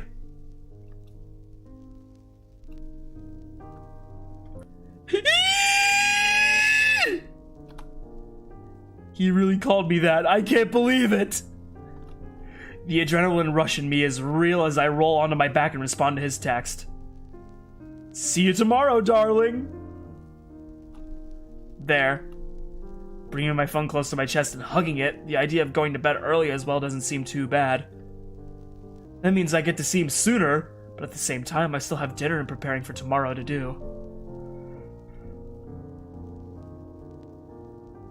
My mind continues to run freely as I blankly stare at my ceiling, still unsure what to do.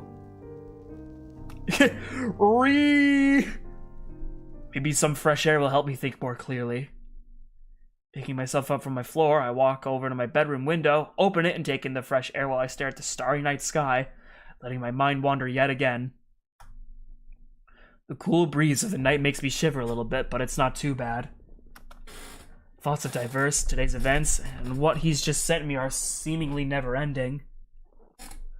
As I lay my elbow on the window frame and rest my head on my hand, I think I'm starting to become glassy-eyed by remembering part of a song from my childhood. And even though I know how very far apart we are, it helps me to think we might be wishing on the same bright star. And when the night wind starts to sing a lonesome lullaby, it helps to think we're sleeping underneath the same big sky. I don't know the song, I'm sorry.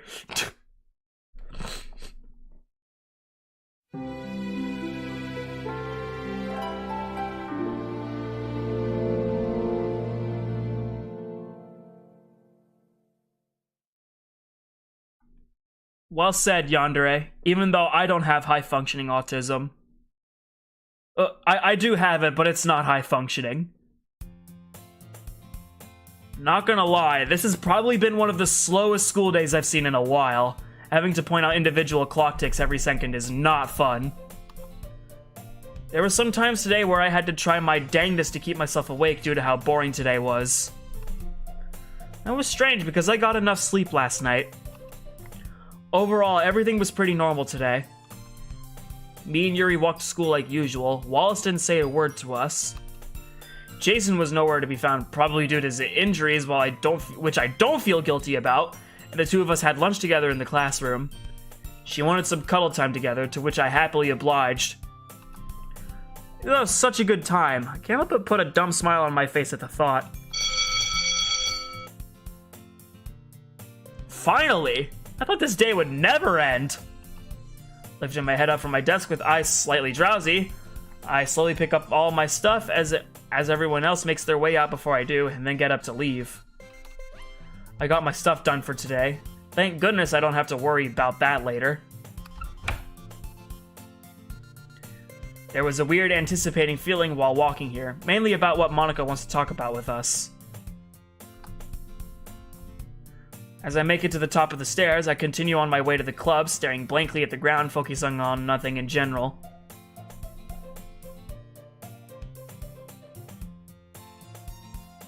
Wait, what happened, Yandere?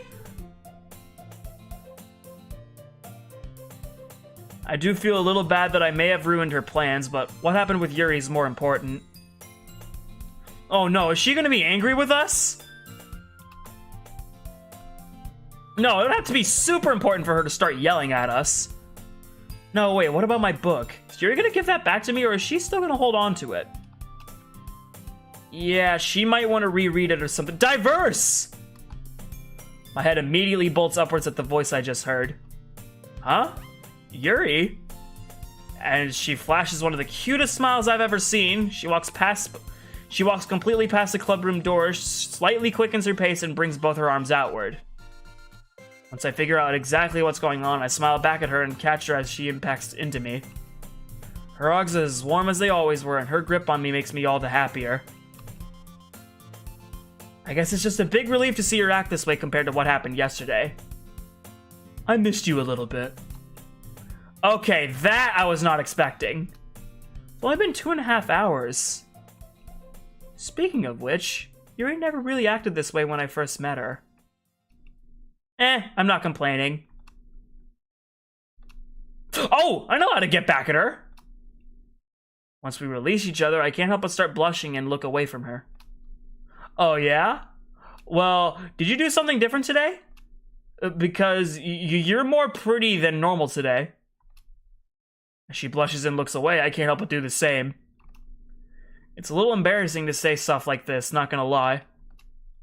No, you. Ready to head to the club? As I look over her way again, I reapproach her, grab her hand, and our fingers mesh. Of course!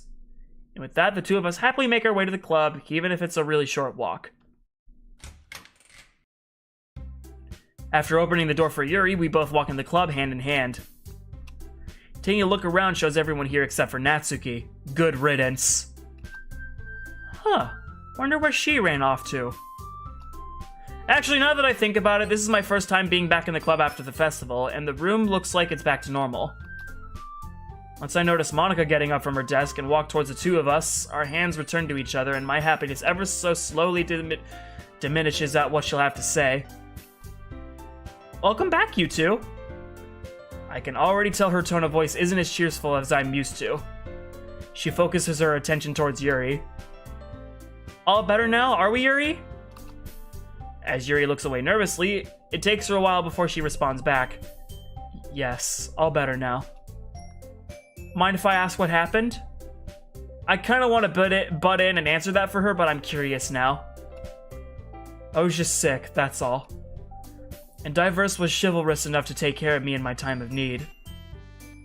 Oh my Christ, why does this girl make me blush so much? I mean, she's technically right, though. After seeing a small smile creep onto Yuri's face, Monica looks over my way, which causes me to panic a little bit inside it and look away as she'll see how red my face is, then back to Yuri. Are you sure about that? Oh, I couldn't be any more sure. God, can I just hug her again? Very well, then. Today's club meeting will be cut a little bit short because of an announcement I have to make before we leave. If you two need me for anything, you know where I'll be. With that, she turns on her heel and walks back to wherever she was before. As I'm indirectly staring at whatever's in front of me, I can feel my hand being messed around with. Being broke out of my trance, I look over to Yuri, who looks like a light bulb just went off in her head. What could she be thinking of? What could she be thinking of? Hey, Diverse. Go ahead and get our desks all set up for us and get my book all ready. I'll be at the restroom real quick. Oh, well, okay, I guess that works too. Wait! A wee bit of excitement runs through me. Oh, we're gonna start reading your book? Yuri happily nods. Mm-hmm. I figured it's about time. Gotcha, I'll stay here then. With that, she smiles warmly at me. With that, she smiles warmly at me and turns around to leave the club room. When she's out of sight, I turn around as well, walk over to her desk, and try not to make too much noise as I bring another desk close to hers. Once that's done, I take a seat at my desk, but my attention is then drawn to the sound of the door opening and Natsuki entering the room. Once she's inside, she walks over to where Monika is at and starts chatting with her. Maybe I shouldn't mess with her today, considering how she was yesterday. Time to drown them out. Once I look away from the two of them, I set my backpack on my desk, look around for her book, and pull it out. It's been a while since I've last touched this, and I have to blow some dust off it. As I'm holding it in my hands, its dark shade of purple on the cover draws me in, and I stare at the picture in the middle of it and the royal-esque font. An unlikely hero. I still can't believe I've never heard of this before. A small flash of pink gets caught in my peripheral vision, which causes me to set the book down to see Natsuki walking past me to get to the closet. I can't help but look away from her out of nervousness. Is she still upset about yesterday? I thought I did okay with handling everything yesterday. Enough of that for now. Let's take a quick look before she gets here. A small smile appears at the thought of what I'm going to do next.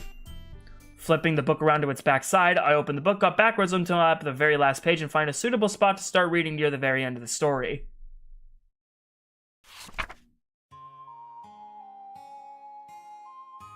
Shall we dance? He asks me, his voice still as tender and innocent as when I first met him. I would love nothing more. As I slowly approach him, I feel much more warm and comfortable as I place my hand in his. My other arm rests on his hand as he gently caresses me with his other arm. The night's still young and so are we. It's peaceful, both inside our castle and across the world now. It's just the two of us, close to each other. Placing my head on my hero's chest to feel his heartbeat makes me feel more safe than ever as we continue to dance in our ballroom. Even after everything, he's still more radiant than the sun, more dazzling than all the stars in the sky.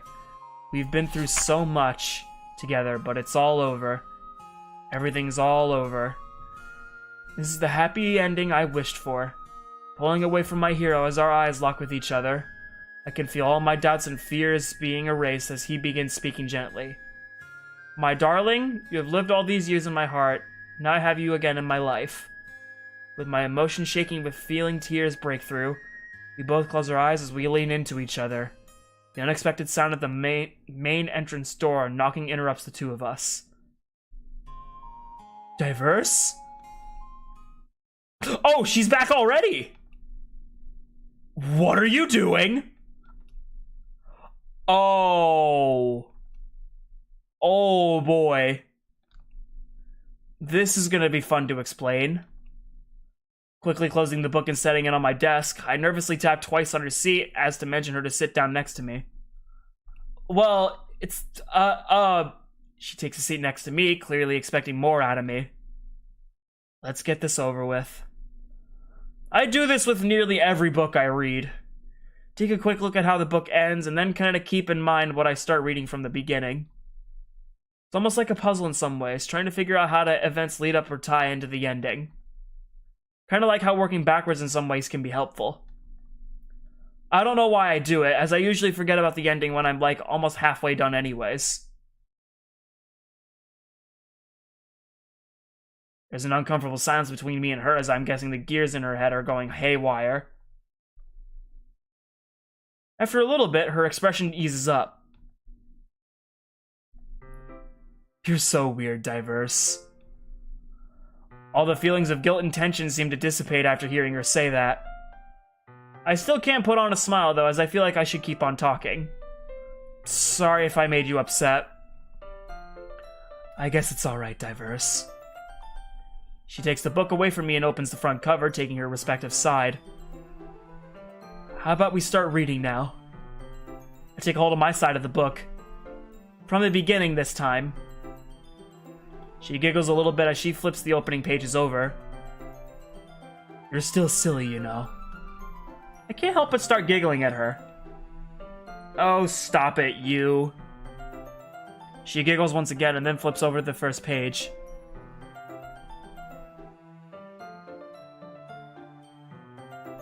"20 minutes pass and we've somehow made it past the first chapter. I still haven't quite figured out who this hero is that I saw at the end. All the guys were introduced at the beginning of the story. Maybe it was the well-respected older person who articulated his sentences very well? Maybe it was the black sheep of the bunch who stuttered every now and then. I'll figure it out eventually. Once we start reading the second chapter, the words in front of me start making less and less sense, so my focus seems to be shifting. The sound of footsteps is what ultimately catches my attention. Natsuki ends up making her way over to the two of us, which makes me feel nervous and not think of words properly. Her tone of voice doesn't make things any better. Hey Yuri, glad to see you're feeling better. Yes, I'm alright now. The way she said that makes her sound more annoyed. What do we have going on over here? We were just reading her book. She puts one of her hands up to me like she's trying to shut me up or something. I'm not talking to you. Jeez, uncalled for much? In response, I let out a rather audible sigh as a nonverbal attempt of telling them how I feel and lay my head down on my desk. Her and I are reading together. What do you want? I guess both me and Natsuki weren't quite ready for Yuri's sudden tone change, as I continue to stay quiet and focus on listening. Are you busy after today's meeting? I was wondering if you wanted to go to the bookstore and spend some time together, like friends should. I can only guess that Yuri's thinking for a bit as my head's still down. I don't know. I might have other plans for today. If it helps, my dad gave me some extra spending money so that we could both buy a book. We both haven't spent time outside of school in a while. I'll think about it, but you should already know my stance about manga. I didn't even say anything about that! Still, you'll probably end up dragging me to look at them and bore me to tears. You don't know that! Look, I'll contact you if I want to go. Now go away before you hurt anyone else's feelings. Okay, I wasn't expecting that from her. Again. Both me and Natsuki are left speechless again, but she ends up looking away in a defeated manner and walks back to the closet. Yuri looks back to her side of the book, still with her annoyed face, to which I take a hold of her free hand and have my voice show some concern. Hey, you alright? Her grip on my hand becomes more tight as she takes a deep breath. Yes, dear, I'll be fine. Smirk appears on her face seemingly out of nowhere. Joke's on her, I don't have her number saved in my phone. The both of us giggle at what she said. I know that sounds kind of mean and I probably shouldn't laugh, but I can't help it. Shall we continue? Looking down at my hand in hers and then back up to her, I smile at her as I start to feel a little better. Yes, let's.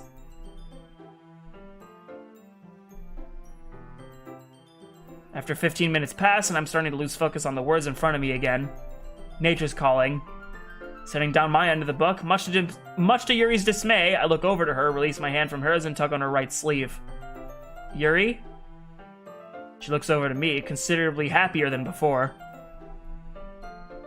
Yes, darling? I like it when she calls me that. I'll be at the restroom, okay? Of course, don't be too long now. Okay? Okay, everyone! Oh god, not now! My attention is drawn to Monica. I really don't want to interrupt her. Why does this have to happen now? I've got an announcement for everyone, so gather around, please. Instead of gathering around like everyone is, I walk up to Monica and tug on her sleeve just like I did to Yuri a little bit ago. Monica? She turns around to face me, and I bet I have everyone's attention on me, which I really wish wasn't happening right now. What is it? Can this wait a bit? Restroom, now. She looks at me like I said something wrong. What? Please! Can't you hold it for like 2 minutes? Yeah, come on. This shouldn't be very long. No, my insides hurt! That's when I point at her, yet still looking at Monica. Monica, she's being mean! What? Ah! Cease your bully, you meanie! Sayori! Natsuki, you shouldn't talk... Excuse me. Natsuki, you shouldn't shout at Sayori like that. Monica! Oh my god, just go already! Wait, right here? That'd be weird. Okay, yeah, this is weird. I leave the club room without another word.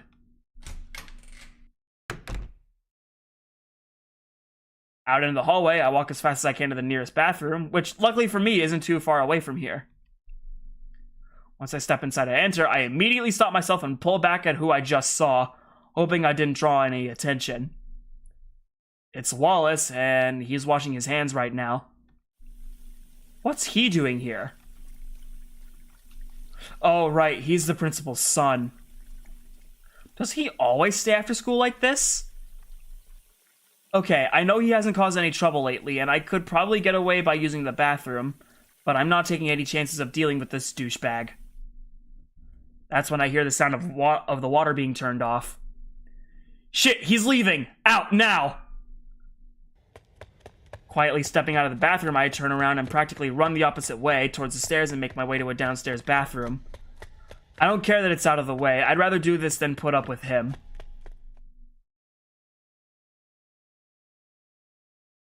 Okay, that's done. Thank goodness.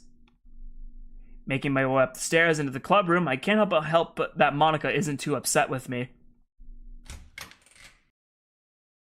Carefully opening the door and walking in shows everyone just waiting around, nothing out of the ordinary. Closing the door, I turn around and nervously look at Monica. I'm back? Monica then quietly clears her throat. Alright, everyone's here. Gather around now. Her tone of voice doesn't show as much enthusiasm as I'd like. Moving away from the door a little bit, I'm a bit surprised to see Yuri sidle up with me until our arms touch. Either way, it makes me smile to see her pretty face again. So to start out, the festival turned out to be a success for once. Unfortunately, we didn't gain any new members, but everyone still did a great job of performing in front of everyone. I so badly want to breathe a sigh of relief about the whole no new members thing, but that would probably make Monica mad. Again. I figure that now the festival is all over and we don't have the time to worry about it, and we don't have to worry about it anymore. We could take a break when it comes to writing poems every day. The whole room remains silent for a bit. Monica? What do you mean? I was thinking once a week would be fine. Would every Thursday work for everyone? Everyone seems to agree with Monica all at the same time. What she proposes is something I can live with. Wait a minute. Sayori, your poem was the poem I wrote for Yuri. Aw, thanks, Monica. I don't want to do this anymore. I don't want to leave. I don't want to leave. After staring at nothing for a bit, I look over to see what Yuri's up to. She seemed to be content right now. It feels really relieving to know she's not sad right now like she was yesterday. For whatever reason, the feelings from last night slowly start creeping their way back to me, bothering me more than I'd like them to. Geese was cute too! I'm not cute! Natsuki's shouting brings me back to reality. Usually I'd complain about how loud she is, instead I keep to myself. You're right. Yuri's got you beat by miles. And Yuri? Yours was very well done also. I didn't know you were capable of something that great. Yuri appears to look a little more confident than usual. Thanks, but if anything, Diverse is the one who deserves the accolades here. His was really good too. Both hands go behind my back as I blush furiously against my will. I think Monika's laughing at my reactions. I suppose so. The look on his face says it all. Oh, dear lord. I bury my face in both my hands out of embarrassment. I think I can hear Yuri and Monika giggling at me. That's enough for now, everyone. Tomorrow's gonna be a free day for all of us, so see you then. After impulsively nodding at Monika, I turn my head towards Yuri to talk to her. She does the same thing, but I don't quite have it in me to smile, as my feelings are slowly eating away at me. Ready to head out? Of course. With my backpack in tow and her bag in her hand, the both of us exit the club room and make our way to I don't know whose house. We'll figure that out later. I've got something a little more important to worry about.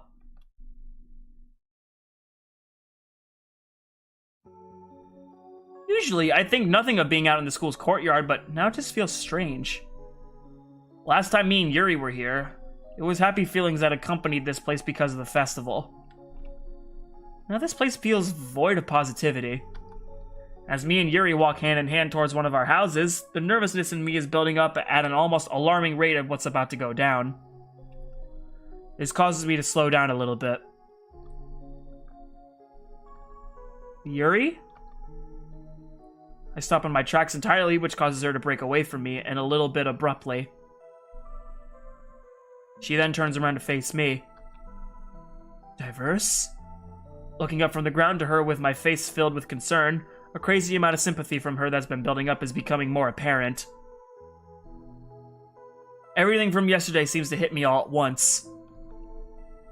It causes me to walk up and hug her tight, to which she eventually responds back and runs her hand through my hair. Diverse, what's the matter? Her gentle voice makes it tough to keep my emotions in check, as I'm trying really hard to get a hold of myself. You stay like this for a while with my head buried in her left shoulder. Excuse me. While my mind races, I'm trying to compose myself and fight back tears from building up. Gently breaking away from her once I feel ready, I place both arms behind my back, but I don't feel like making eye contact right now. Instead, I start gripping my backpack. I was thinking about yesterday. An unexpected silence plays out between us, which makes me look down to the ground. I'm sorry to bring this topic up, but yesterday I told you I'm not going anywhere, so I wrote you something to show you how I feel.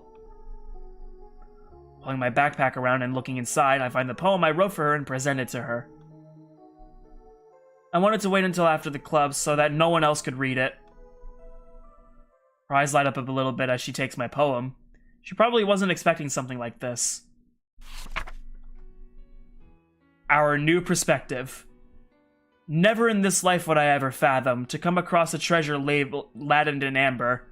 The definition of beauty, the ardency of empathy, your violet veil and lavender scent. I'd be a fool to let you go. Our time together, every moment with you, truly unforgettable, cherished dearly. A landscape of mystery, incongruent to the norm. The missing piece of the puzzle, as some would say, but not all good times will last. Crimson makes itself known in a way we wish it wasn't. The whirlwind of feelings that arise, curiosity, relief, guilt, regret, that which could tear apart our castle walls. What can I do when the threat is so obvious? It's not true love if I run away. She will no longer be a princess. I may be scared, but we're in this together. With our strengths combined, with a set of new eyes, let's not face our battles alone. We can rebuild our broken structure, brick by brick. I won't run and hide. I couldn't if I tried. I might not know what to do, but I do know we'll make it through. I've got that much faith in you.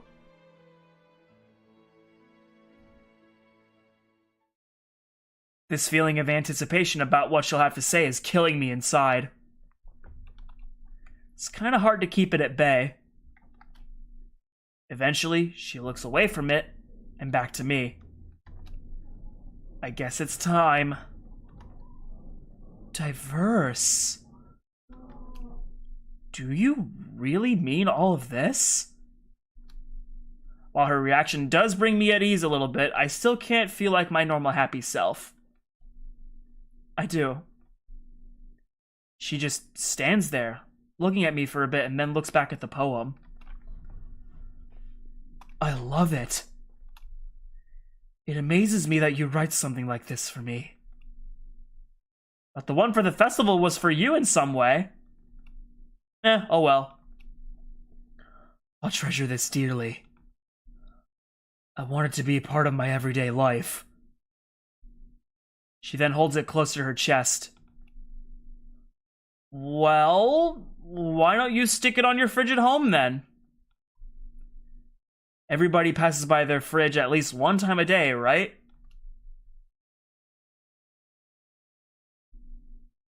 You'll let me keep it?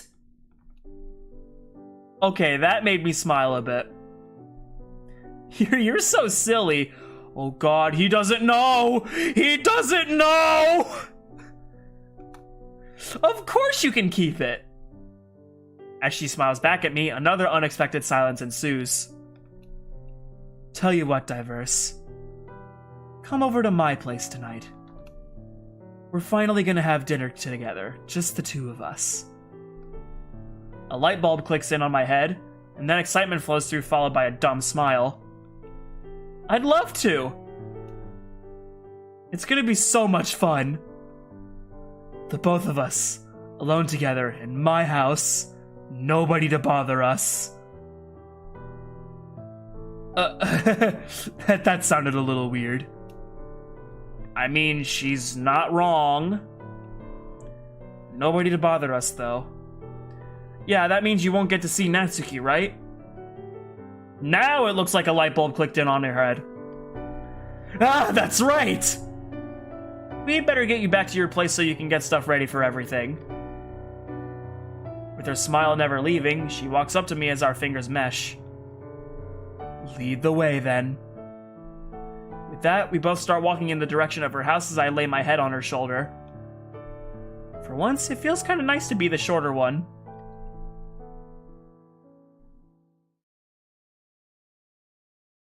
One hour later.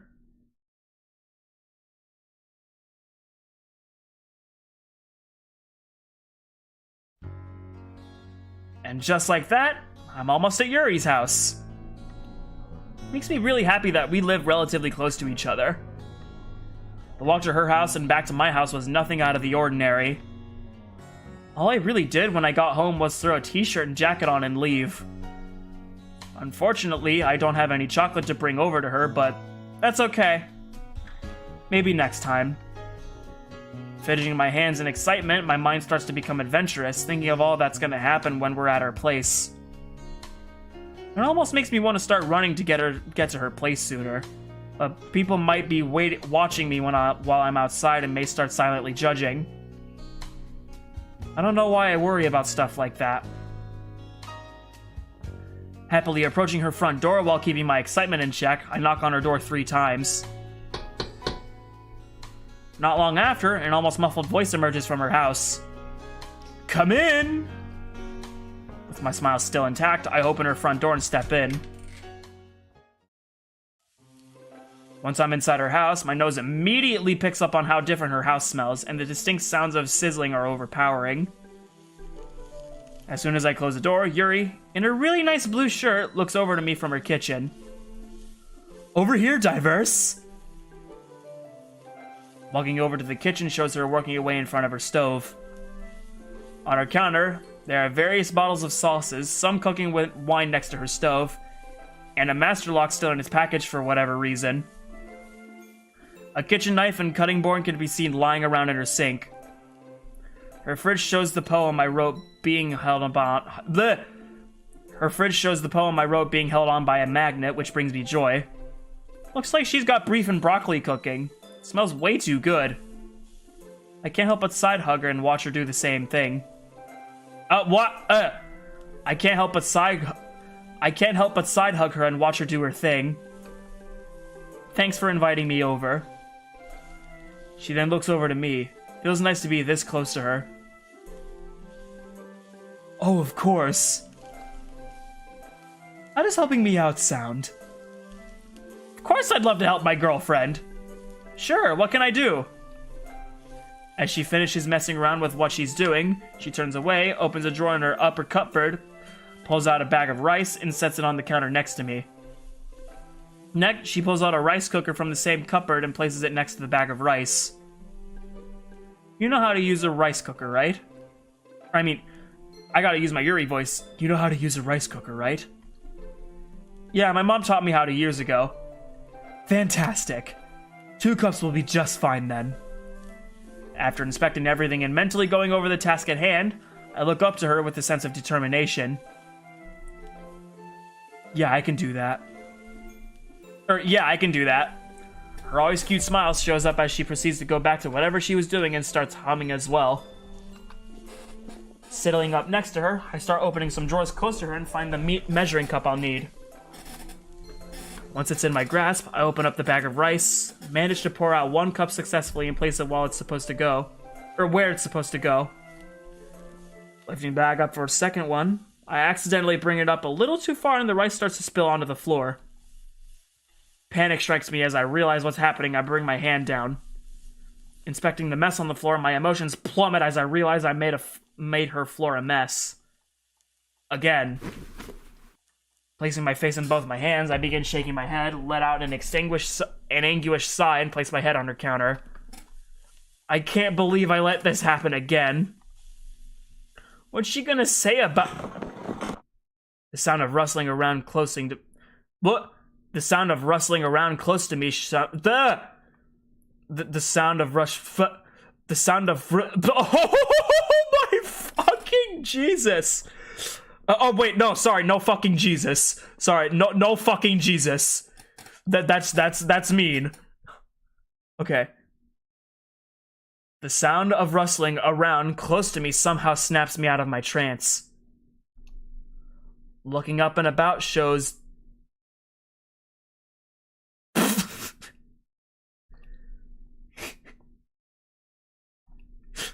What in the... Why is she holding a broom? Gotta sweep, sweep, sweep. I can't help but start laughing to myself due to how silly she's being. As she starts sweeping the mess up, my laughter becomes a little more apparent. I think I love this girl. Watching her clean up the mess, strangely enough, both puts me at ease, but subsequently makes me feel guilty. I should be the one cleaning it up. When she's all done, I walk up to her and bring my head down a little bit.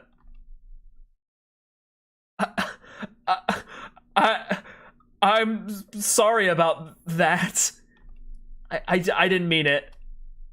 To my surprise, she walks up to me and carefully places her hand on my shoulder. It's okay, darling. This kind of stuff happens. Do be more careful next time, though, okay? Hearing how not upset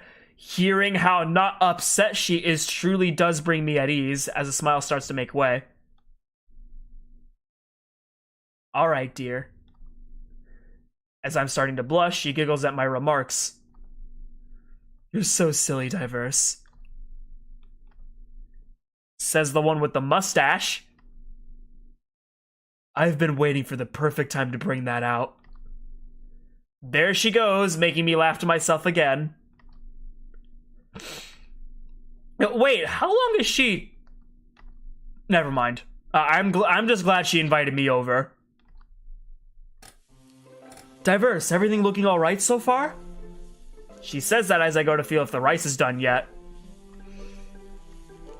It feels good enough. Yeah, should be good now. Bowl, please. Stirring the rice around one last time so that it doesn't stick to anything and unplug the machine. Oh, excuse me.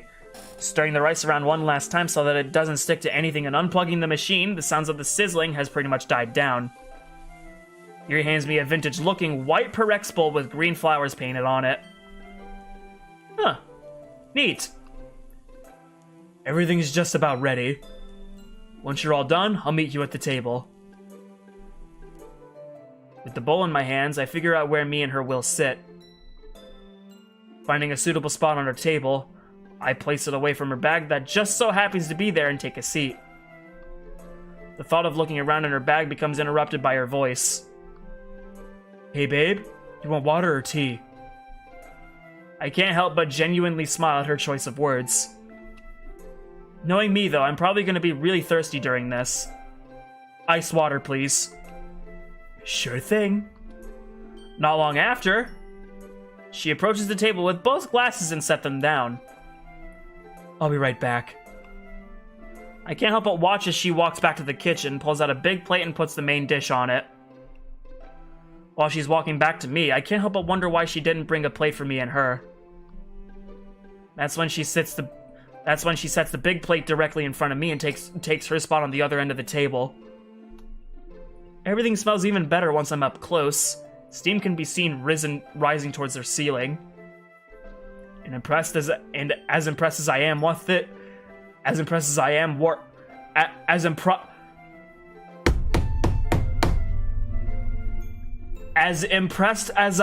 with this, I'm still a little bit confused about something. No plates for me or you?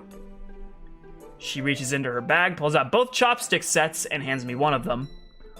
I'm a little surprised she hasn't written my name on one of them or something. Well, I figured that this would be okay. It's just the two of us after all. There's nothing wrong with this, is there? Well, I mean, not really. It's just unique, that's all. Less stuff to dirty too. I like that. Yeah, that! She's so cute when she smiles like that.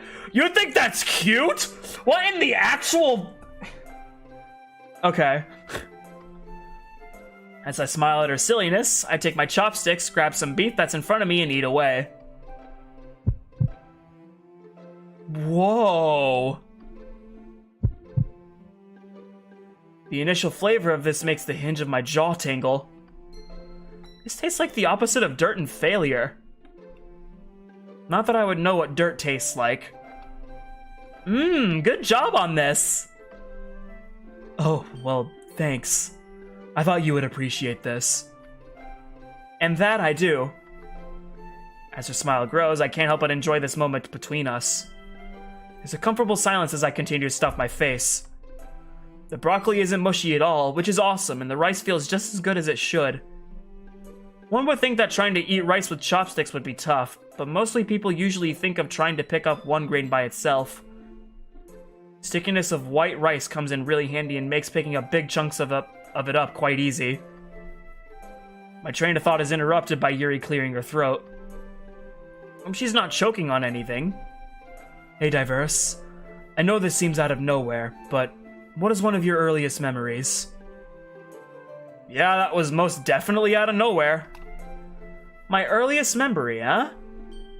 I set my elbow on the table and my chin on my hands as I indirectly stare at the plate in front of me. Takes me a while to think back that far. Okay, I got it. Who? So, I myself don't quite remember this, but my mom told me about something I did back when I was 2. Back then, my mom had her own garden out in our backyard, and I would constantly pick tomatoes off the vine and eat them. I guess my mom got so fed up with it that one day, she explicitly told me at the age of 2 not to take tomatoes off the vine anymore. I have to go now since I'm gonna be going live. So okay, Yandere, take care, dude. See ya! Come 2 or 3 days later, she went out to her garden only to find bite marks and chunks missing from tomatoes still on the vine.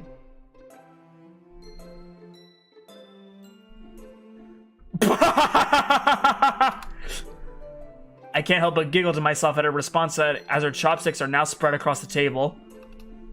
Oh, that's hilarious. I thought it was too. I guess I was overthinking things, even when I was that young. Now what about you? What was one of your earliest memories? She picks up her chopsticks back. She picks her chopsticks back up and starts clicking them against each other, whereas I take some rice and stuff it in my mouth. I remember one time when I was 3 years old, my parents and I decided to take our old boat out on the beach. We're all having a good time until my dad thought it was a good idea to pick me up and hold me over the open water. He said something like, "Are you ready to go in the water?" That scared me, as I didn't know how to make water not go up my nose at that time. Plus, I couldn't quite talk properly, so I couldn't shout no. Her chopsticks leave her hand again as she brings both her arms up in the air. She starts doing some weird waving motions with them. That's when he said, 1, 2, 3, and tosses me overboard into the water. Granted, I was wearing a life vest. It was still really scary. Do you know that burning feeling when you get water up your nose? I can't help but let out a sigh as past experiences strike me. Ugh, I do, especially with all that sneezing that accompanies it. It made me cry a few times as a kid. What happened next, though? Oh, my dad ended up shutting the boat off and hopping in to save me. She does the finger quotes gesture when saying that last part. Wow, that does seem pretty scary, though. Does that mean you're afraid of water, then? Wait, that's a dumb question. Does that mean she wouldn't shower, then? No, not scared. It has made me reluctant to learn how to swim. It's a shame that I took away part of that experience of getting the... It's a shame. You don't care. Oh my god, man. That's when I set my forehead on her table at what I just thought of. Diverse, what is it? I bring my head up to meet hers. I'm reminded of this one song that used to play in the grocery store speakers when I was a kid.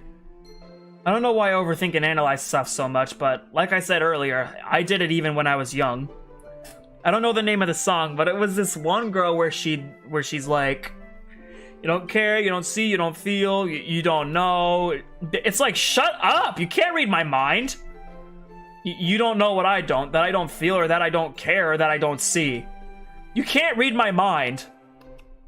If anything, you're the one who doesn't know and doesn't see at all. Anyway, whatever, I don't know. Yuri giggles to herself as I bite into some broccoli to help calm myself down. I understand what you mean, Diverse. I can be the same sometimes when it comes to overthinking stuff. I've had a similar problem with the one Hadway song.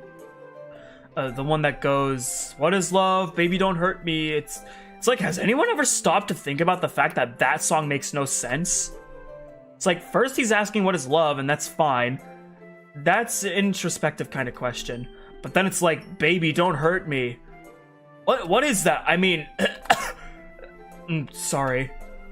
So, are you asking her what is love, or are you asking her not to hurt you? You raise a fair point. Good to know I'm not alone when it comes to that kind of stuff. We both take bite out of the meal in front of us. Oh, that reminds me. I don't know why this came to mind, but there was this one time when I was 6 years old. My parents had family over and I was playing with some of my relatives out by the pool. I really wish my mom wasn't recording us with her camcorder at the time. She has a tape of that day of me running around the yard screaming, "A bee! A bee!" The one time in my life where I was abnormally boisterous about something that frightened me, and I always got super embarrassed every time they played that tape. Ouch. I'm guessing you're scared of bees too? Well, I wouldn't say scared, just really cautious around them. Understandably so. They can be frightening at times. Indeed. Yeah, there's always a rule of thumb for me when it comes to bees. That's why I'm not scared of them. So if you don't bother them, they don't bother you. Whenever one flies in front of my face, I just stare at it blankly and just like, "Hey friend, which honeycomb did you come out of?" Reaching into the rice to grab some, I lose my grip on it as it falls and sticks onto the palm of my hand. That's pretty annoying. It's funny though, some of the things that stick with you like that, you know? Yeah, tell me about it. She exhales loudly at my wordplay and the mess I've got myself into. I bet you were really cute as a kid, though. She looks away and blushes for the... What? I'm counting, shut up.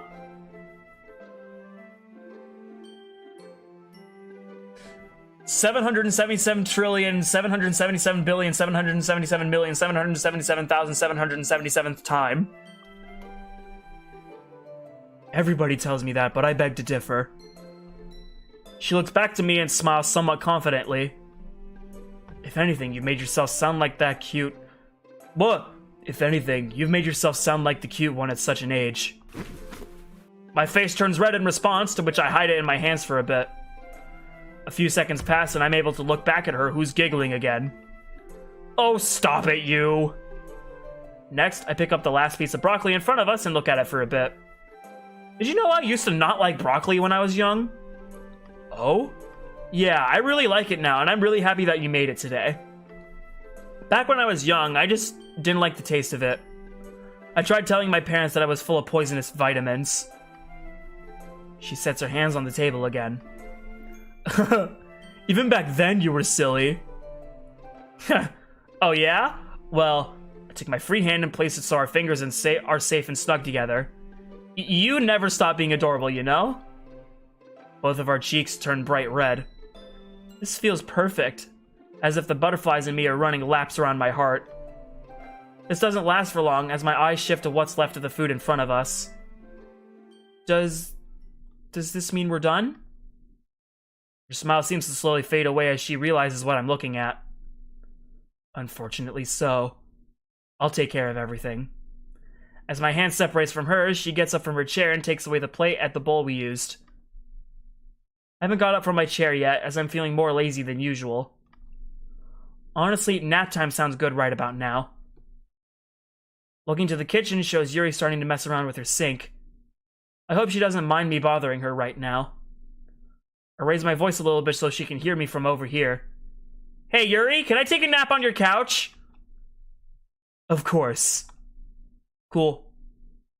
Getting up from her chair by using my arms to support me, I slowly make my way from her table to her living room couch. Laying down on my left side, I make a nice and comfy position on her couch. Despite there being no pillows around, I close my eyes for a bit and attempt to drift off into nap time.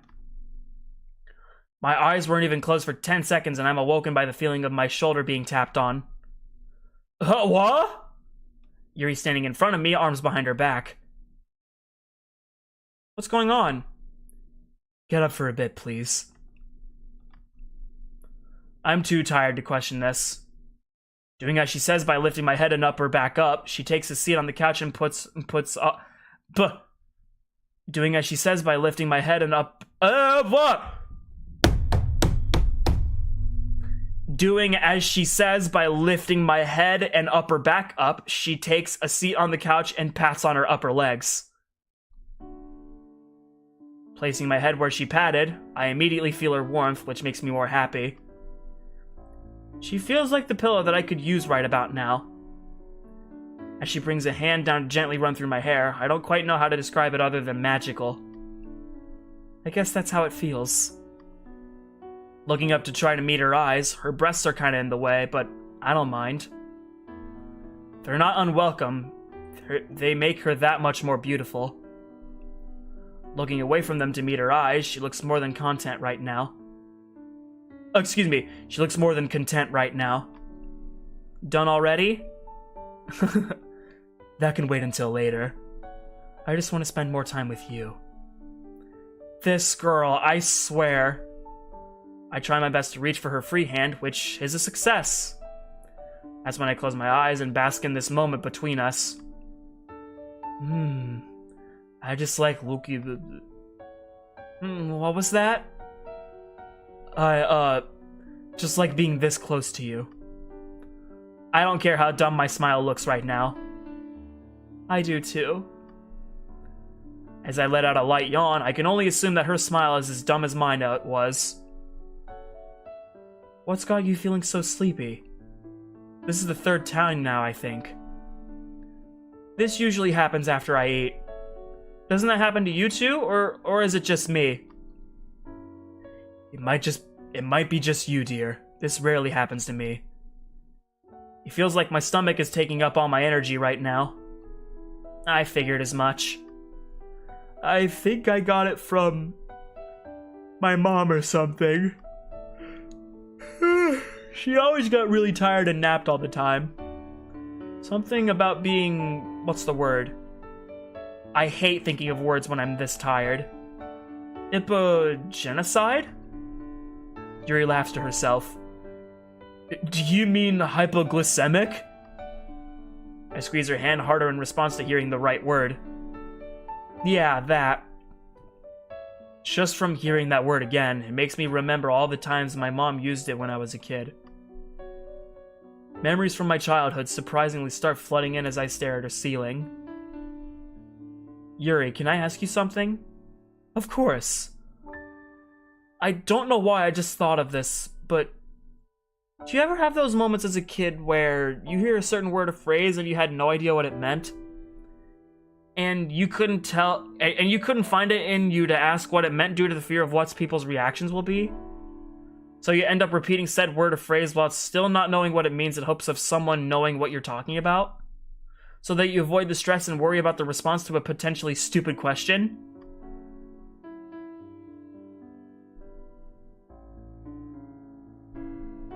I think I overdid it again. There you go, overthinking again. But to answer that, not really. I was usually pretty forward at that age, and asked whatever was on my mind, like what certain words in books meant.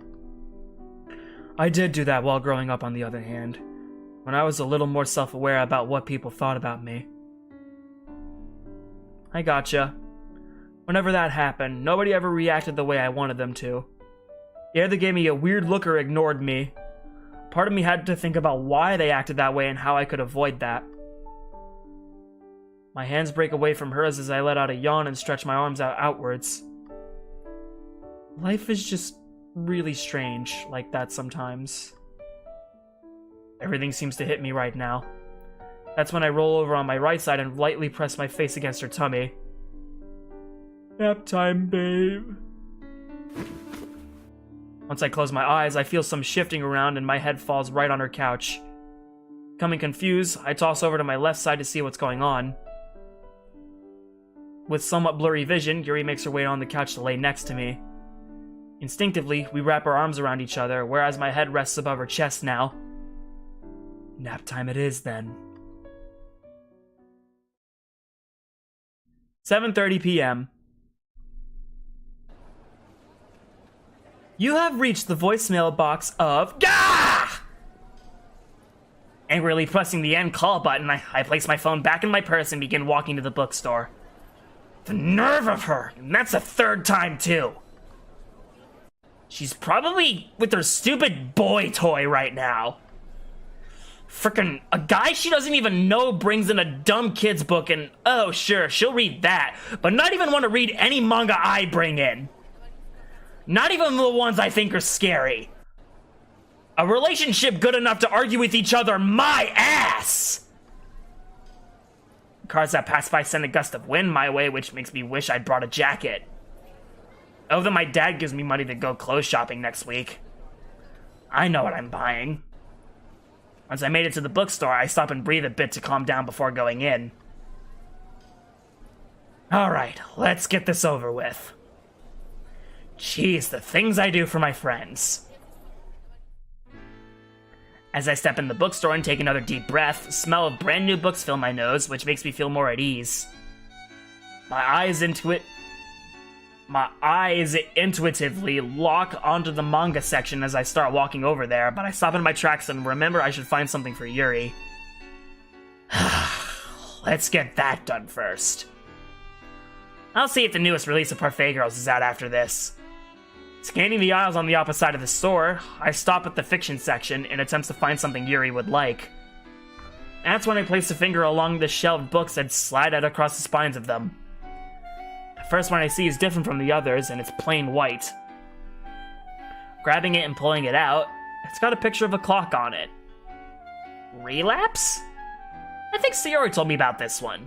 Maybe another time. The book that's a cotton candy pink color with 4 chibi girls on it catches my eye next. Before, during, and after the stories? I heard it's good, a bit confusing though. After that is a light sky blue colored book with black music notes on it. Leaving Song? I heard that one sucks. Something about it being too edgy. My finger bumps into a light purple, almost pinkish book that's bulging out.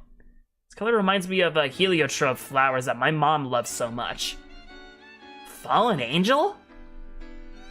Yeah, that sounds like something she'd like. I bet it has a good ending, too.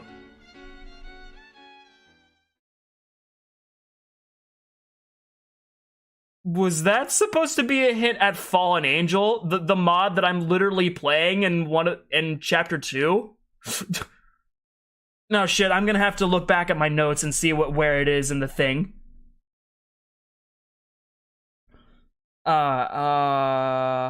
Okay. Yeah, Fallen Angel is in chapter 2. Okay.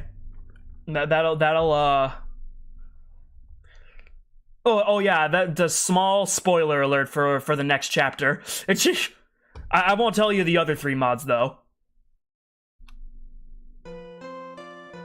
Just like yesterday, I'm on my way back home from walking Diverse back to his house.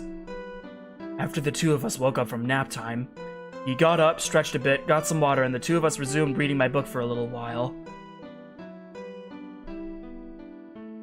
It felt nice, having his head on my shoulder while we read. Dare I say there was a maternal feeling to it. On the walk back to his place, he kept on bobbing his head up and down every now and then. His hands were usually fidgety, but I don't mind. I just like being around him. I've never felt this comfortable, this safe around anyone else, and I'll always appreciate all he's done for me so far. The aromatic atmosphere has nearly disappeared, and my house seems a little more quiet, lonely. He's not here to fill the void. As I blankly stare at the mess in front of my sink, my eyes land on the plate and he and I ate off of. Feels a little surreal. Sharing the same plate with him. Almost feel like an indirect kiss. It just felt right. Like Monica said. And then there was... Slowly walking over to my couch, I stand there and stand at the imprints where Slowly walking over to my couch, I stand there and stare at the imprints where nap time happened. Picturing how he and I must have looked from a bird's eye view, remembering how it felt holding him tight against my chest brings a weird electrical feeling that shakes me to my core. It feels right. Flopping down onto the couch, stomach first, and forcefully inhaling, the familiar scent of an hour ago excites me. It's just like him. Like us. Rolling around the couch and bathing in our scent excites me more than it should. I want this smell to last forever. But what I would give to have him... Oh my god. What I would give to have him here right now for us to be like that again. Maybe without our clothes next time. To feel his skin pressed against mine. To share more than just warmth between us. To have part of him inside me somehow. Grab a knife then.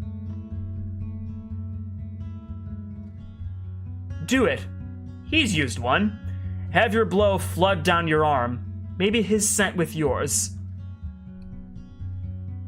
Eyes awakening at the thought. Bleh. Eyes awakening at the thought.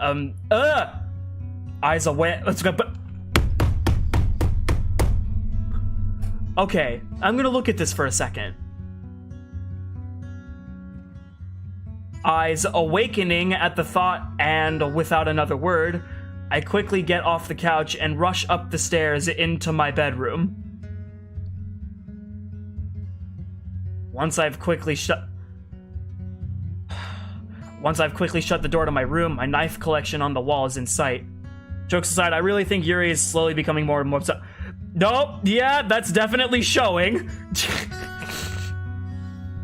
Making my way over there, I immediately grab the purple and black knife Diverse used last week. Flipping it open to inspect it shows a fingerprint still on the blade. That must be his. I want part of him in me, now! It takes no time for me to pull my left sleeve away. Once I see the bandages that Diverse placed on my arm yesterday, I stop myself before placing and resting the edge of my knife on my arm. Don't say that. Huh? You don't have to anymore. Tongue-tied or just tired? Probably both. No, but I want to. I need it. I want to see my blood run down my arm, all over my couch. I want part of me to be where Diverse was. I need it. After removing the bandages from my arm and seeing the cuts looking a little bit better, I'm remembering how he helped out yesterday. How good it felt to have him put so much love and care into my arm. Something else he said comes to mind. Text me, call me, start banging on my door, wake me up in the middle of my night. Please, just anything. As I stare at the knife sitting on my arm, there is an all-out war going on in my head, almost as if a storm is passing. My attention is diverted to my stuffed animals that Diverse got me that I have laying on my bed.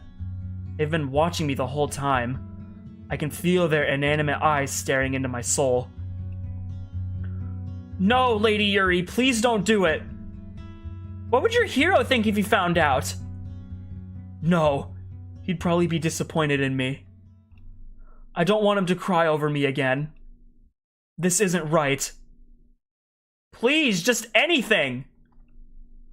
With the sadness of how Diverse would react overcoming me, I reluctantly closed my knife and put it back on my shelf.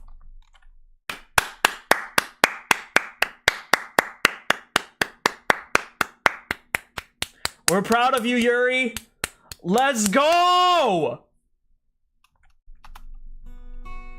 As guilt washes over me, I can't help but bury my hand in my hands and let these feelings flow through me.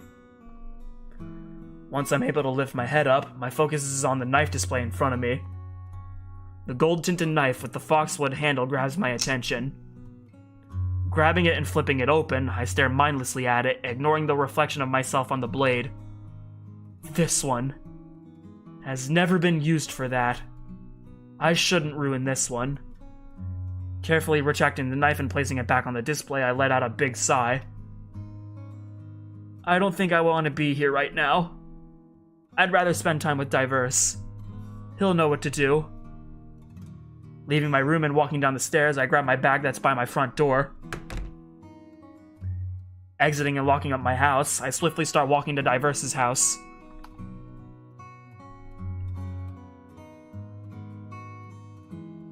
"20 minutes later."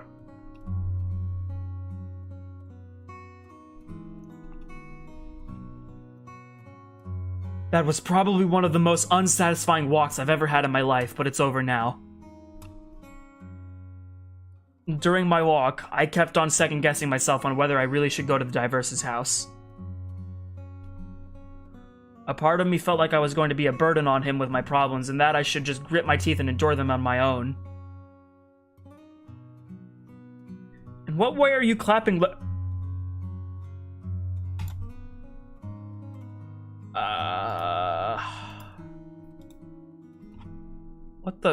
What is...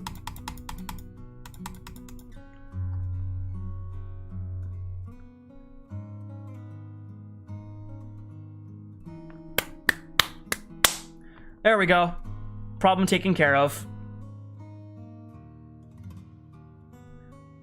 A part of me felt like I was going to be a burden on him with my problems, and I should just grit my teeth and endure them on my own.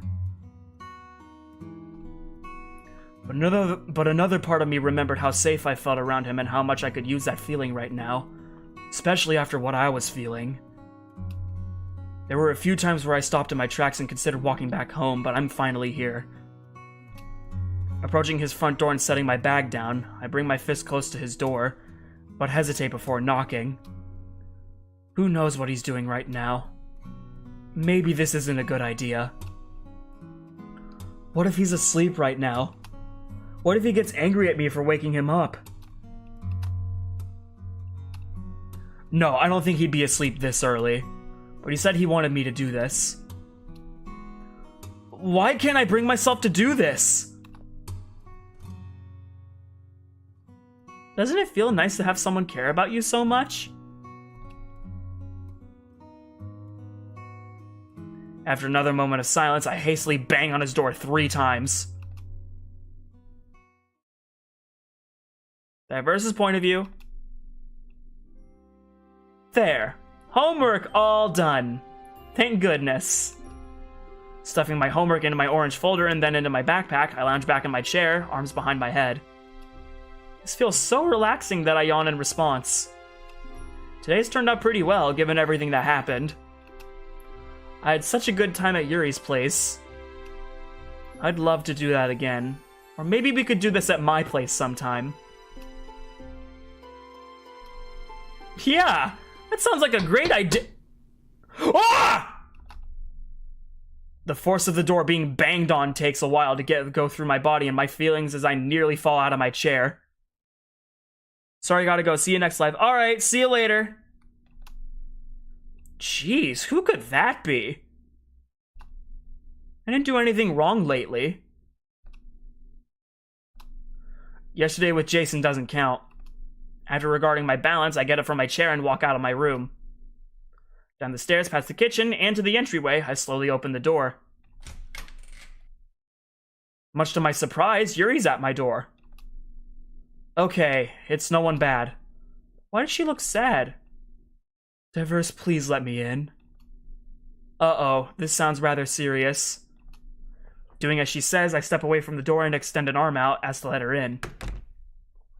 When she's in, she quickly closes the door behind her and turns around to face me. She really does look like something bad happened. Yuri? Before I can even think of what to say next, she runs up and wraps her arms around me. The shock of what's going on makes me forget to breathe for a bit. I eventually hug her back, having my hands slide up and down on her light blue shirt to provide comfort. She's holding on to me pretty tight, much like a child would when they're scared of something. I want my tone of voice to show her how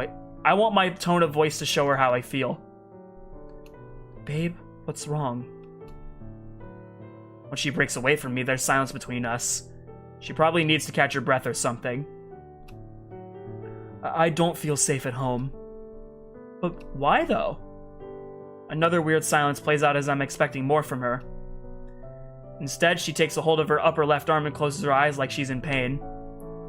I wanted to do this again. I don't know what's wrong with me. I don't know what's going on. I think I know what she means by her grabbing onto her arm, and any feelings of optimism have been pushed away. Please, just let me spend some time here. My eyes awaken at the thought. Spend some time here. I'm not opposed to that. But it's kinda late, though. Looking away from her and over to the couch, the gears turn in my head for a bit. A light bulb clicks on in my head and my optimism makes a comeback. Returning to my attention to her, I place a hand on her shoulder. I got it! Let's have a sleepover! Now it's her turn for her eyes to awaken. Are you sure? Yeah, there's nothing here that can hurt you. You can sleep on my bed tonight. Diverse, please. Where would you sleep? That's when I point to my couch in response. I have a spare pillow and blanket laying around here somewhere. I'll sleep on my couch tonight. I don't know. Would you really be okay with this? Come on, Yuri, I thought of this. Tighten my grip on her a bit. I insist. That's when I look slightly away from her and feel my face burning at what I'm about to say next.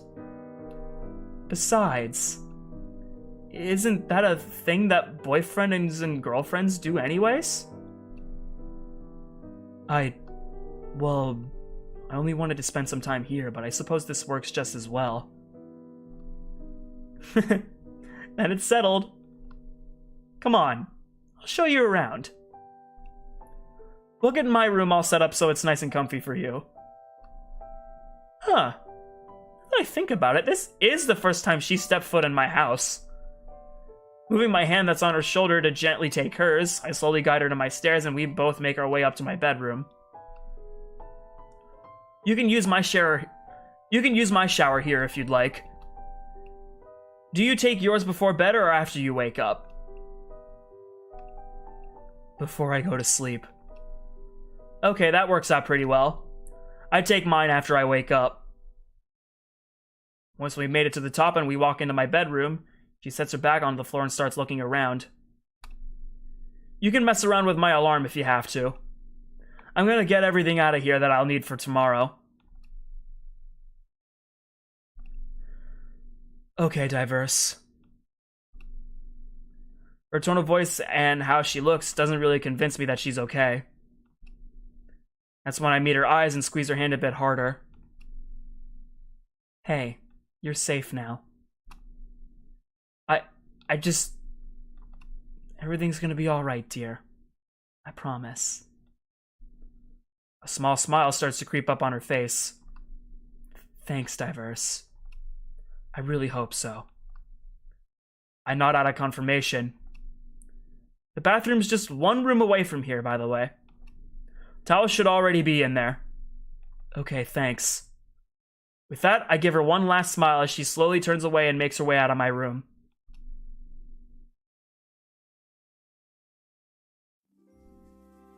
As I'm searching around the house for the pillow and blanket I was talking about earlier, I can hear the shower being turned on upstairs. I can't help but stop in my tracks as I listen for a little bit as happiness makes its way through me. I remember when I was a kid, when my big brother and parents still lived here, the sound of someone else taking a shower or bath always sounded tranquil from a room away. There was something soothing about it. It's something that would help put me to sleep sometimes. I would always feel like I was doing good by bathing back then. Well, partially because I was getting myself clean, but I was the one providing that feel-good feeling to the others in my house. Once I'm finally found my pillow and blanket, I walk over to the couch and get everything looking all nice and neat. Taking a moment to lay down on the couch and set an alarm on my phone, I can't help but listen to what's going on and stare at the ceiling. As my mind wanders, something crazy comes to mind. My own girlfriend, one of the most beautiful people I know, in my house, using my shower right now. That means she's... Just the thought of that. Never mind that, I'm just happy that I'm helping her out. 9:05? Diverse's shower doesn't feel much different than mine at home. The warm water pouring down on me feels way too good after the day I've had. I hope he doesn't mind me using his shampoo and soap he has laying around here.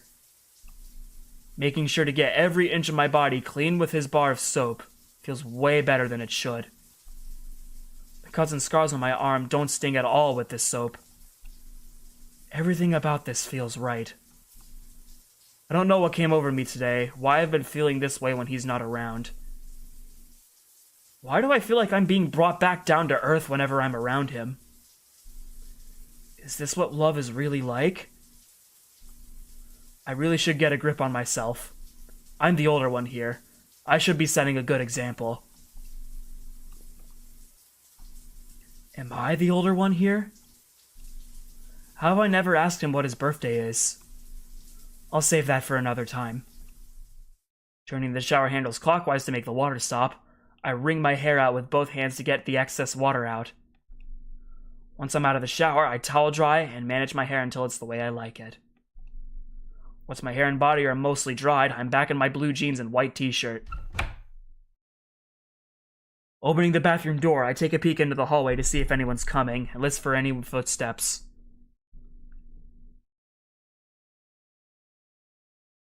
Okay, should be good now. Quickly making my way over to Diverse's room, I close the door and take my deep breath. It's not long after entering before I start observing everything he keeps in his room. It's nice and organized here. Somehow, I would expect something like that from him. What's that? Out of curiosity, I make my way over to his desk and find an envelope placed neatly in the upper right corner.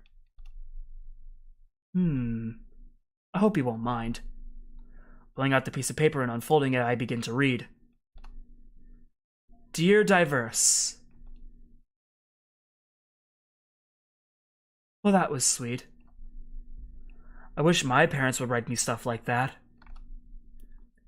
After staring at the letter for a little bit, my attention shifts to the envelope it was placed in. Folding the letter back up and placing it in the envelope, I can't help but stare at his name and address. I wonder if... A weird electric feeling gets sent down my neck and spine at what I just thought of. Placing the envelope down, I open one of his desk drawers and search around for... Oh, he actually does! Holding the bottle of white out for a bit, I can't help but feel a jittery kind of excitement. Maybe it's this lucky feeling.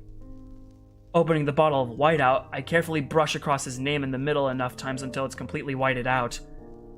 Once that's done, placing the bottle back in the drawer, I place out a pen from there and write my first and last name over the top the dried white area. Putting the pen away, I hold the envelope up and admire my work.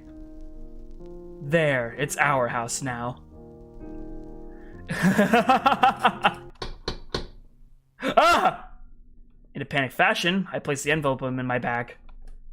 Just a moment. Hurriedly making my way over to his bed, I get myself under the covers and make myself comfortable. Okay.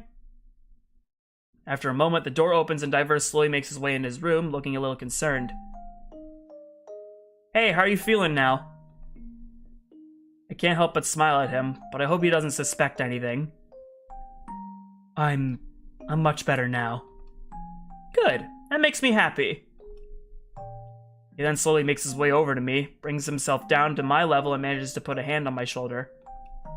A welcoming comfort washes over me as I stare into his eyes. That feeling doesn't last for long, as sadness over my attempted actions from earlier strike out of nowhere. Hey, I just want you to know that I'm proud of you for telling me about this. But I was about to do that, though. I can't help but feel disappointed. But you did, though, right? Right? I quietly confirm him by nodding, with sadness somehow still lingering. And that makes me really happy. You're not upset with me coming over like this? Not at all. Don't feel afraid to come over like this again if you want to. His hand that's on my shoulder is now moving back and forth between my shoulder and upper back. This feels a little exciting. What could he be thinking of? It's okay, you're safe now. I knew coming here would be the right choice. I'm gonna go to bed now. Are you gonna be okay up here all by yourself? His words are making me start to feel a little better about everything. I think I'll be okay. Good. Remember what I said. Wake me up in the middle of the night if you need anything. Okay, darling. Thank you again. His face turns a darker shade of pink than usual. It's rather cute. Next, he leans forward, much to my surprise, and kisses my forehead. I can't help but partially close my eyes and smile at this warm feeling that's building up inside me. Sleep well now. I'll be downstairs if you need me. He gets off the floor and leaves his bedroom after a few moments. Closing my eyes and drifting off to sleep, a certain line of the opera from last week comes to mind. Oh, my hero, my beloved. 9:45. Diverse's point of view. As I'm making my way down the stairs to the couch again, the burning feeling in my face is finally starting to go away. I'm so happy with her, coming over when she needs to. Things are going surprisingly well, and I couldn't be any happier. Once I'm on the couch again, I get myself nice and comfy under my blanket, making sure to lay on my left side. Something about how sleeping on your left side is better for you. Once my arms are crossed and my eyes are closed, it doesn't take long to not keep track of my breathing. Ah! Eyes and body bolting upwards, it takes me a moment to figure out what's going on. What? Who's calling this late? Grabbing my phone from the floor and flipping it open shows it's my parents on the caller ID. It takes me no time to press the green accept key on my phone. Hello? Mom? Hi, Diverse. Sorry for calling so late. I mean, they haven't called in a while, but something's got to be up if it's this late. Yeah, what's up with that? I've got school tomorrow, and I was just about to go to bed. Oh, you know, I just thought I'd call real quick and check up on how things are going on over there. Oh, okay. Yeah, things are pretty well over here. House is doing just fine. I got bills paid the other day. School's not too bad. Me and Yuri are doing pretty well, too. Oh? Is this the girl you told us about in the letter you sent us a while back? She is! I don't care how I sound. I want my parents to know... I don't care how I sound. I want my parents to know how happy I am. I'm so happy to hear about you finding someone like her. Your dad and I have always hoped you would find someone who will accept you for who you are, you know? I can't help but giggle at that. She makes me really happy, that's for sure. Tell me a little more about her. Your dad and I may have to meet her someday, you know? Oh boy, where do I begin? Well, she's really pretty to me. She's one of the smartest people I know, and we both have similar interests. Me and her read through that one book you got me all those years ago. Well, that's sweet. Other than that, has anyone been giving you any trouble at school? Yeah, there are a few people that haven't been very nice to me and Yuri, but we were there to help each other out. In fact, she's spending the night over here because she doesn't feel too safe at her place.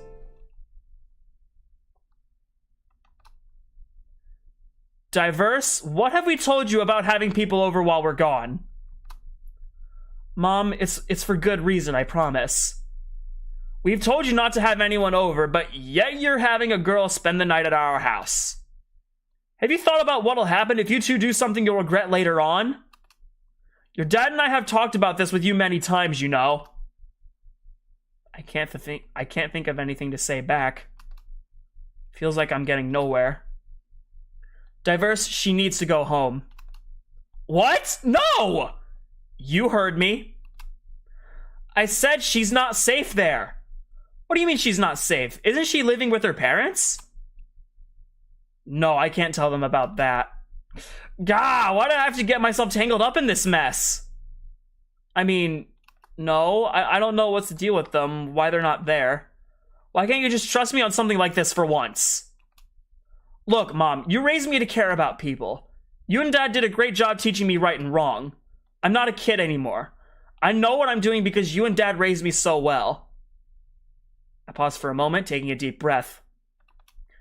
Besides, I have never given you a reason not to trust me. I've never done drugs or been out all hours. You set a curfew, and I stick to it. You assign me chores, I do them. And it's not like you're here when I need you, right? No, you're somewhere else, trusting me to take care of your home. You know what? You know what? No. I'm going to continue to do what I think is right. And the right thing to do with someone you care about needs you is to be there for them. I guess that makes me better than you, huh?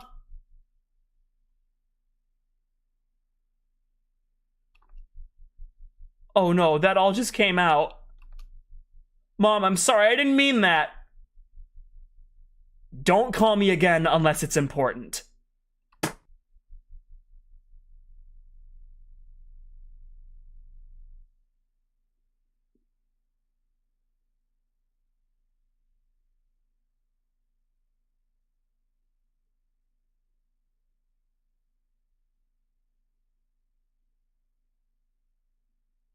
Friday, October 15th. Oh boy. What? A beeping sound I'm not used to wakes me up. After opening my cell phone and making it stop, it takes a while to adjust to where I'm at. It doesn't take long for my sense of smell to overpower everything. Huh? What smells so good? Slowly getting up from the couch and rubbing the sleep out of my eyes. My vision becomes less blurry and I see Yuri in her school uniform messing about in my kitchen. What? What's she doing? Yawning once and putting my blanket off of me, I remove myself from the couch and walk over to see what Yuri's up to. Upon entering my kitchen, she looks away from what she's doing and puts a smile on. Good morning, dear. Good morning. That being said, I take advantage of this moment to take a look at what she's got going on. Looks like she's got the toaster going, her bag on my table, and 3 separate frying pans in the works right now. One of them has sausage that looks like it was just put on there. One is empty but has 3 eggs next to it, and one with boiling water and hot dogs? I almost forgot I had all that in my fridge. Side hugging her and having my right hand get lost in her hair. It feels nice to be this close to her. I look up to her out of happiness and curiosity. What you doing? I thought I'd make breakfast for the both of us, as a way to say thank you for last night. All I can do is smile at her. That's sweet of you, but I've never had hot dogs for breakfast. Yuri giggles for a bit. Oh, you. They're for lunch later on today. I wasn't able to make lunch for us yesterday. Her mood seems to have gone downwards, and I kind of can't blame her, though. Last night was... well, it was something else, alright. While I'm this close to her, my right hand becomes tangled in her hair, which makes it a little bit difficult to break free from. I still haven't had my bath yet. You know what? Hey, I'll be right back, okay? She cracks all 3 eggs in a bowl and starts breaking them up with a fork after saying that. Oh, okay. Breaking away from her, I turn around and make my way to the bathroom upstairs. Moments later, and I'm back downstairs, hairbrush in hand. I'm glad I decided to buy one of my own when I was in town last weekend. Smell even better in here once I'm up close to Yuri again. Makes me feel a little more happy. I don't think she's noticed me, however. Hey, I hope you don't mind. Oh, Diverse. That's when I gently take a hold of part of her hair and slowly brush her hair for her. Feels almost as thick as mine, so I kind of have an idea on how gentle to be.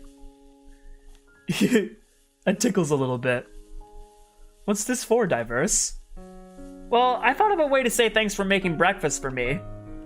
My fingers running through a knot in her hair makes it take priority over finishing that sentence. After some careful finger work, I resume brushing her hair while she continues to make breakfast. I guess. I want you to look and feel pretty today. Maybe it's a good thing she can't see how red I'm feeling, but I bet she's the same right now. Once I'm on her right side, I'm stopped in my tracks by her resting her head on mine. I'm stuck in place by how crazy this feels. What would I do without you? My arm instinctively wraps around her back. She deserves it. Taking a moment to inhale loud enough so she can hear, the smell of my shampoo makes itself known. The hell is this? This is our Castle Walls, a DDLC mod that I've been playing recently. So yeah, this is a mod based around Yuri, and so far it's pretty good. It's pretty good. Oh yeah, and also I'm glad you could make it to one of my streams, Toxic. Thank you. Taking a moment to inhale loud enough so she can hear, the smell of my shampoo makes itself known. It takes a while to put 2 and 5 together, but I can't hold my breath around her forever. How about we never find out? I'd like that. Once she lifts her head off mine, we both end up meeting each other's gaze. All I can focus on is her deep purple eyes, whose intense sparkling pulls me out of reality for a bit. It's getting a little hot in here. Hi, Emily! What's this burning feeling inside? I didn't know butterflies like this kind of atmosphere. I know what I want to do, but is it too early? This real-life detour doesn't last long as my sense of smell overpowers everything again. Something's burning. Her eyes reawaken as she pulls away from me.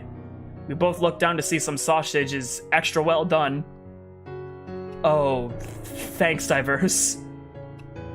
As she continues whatever she was doing, I resume brushing her hair for her. What even happened just then? That felt crazy. Yeah, Castle Walls. There's a sequel to this? What? Right, back to this. Feels a little weird to grab her near her chest, so I make sure to be very careful of where my hands go. One thing about having hair this long is that this is also from my experience, is that knots tend to show up way too easily, and more often than we'd like. Trying to get them out with a comb or brush can hurt sometimes.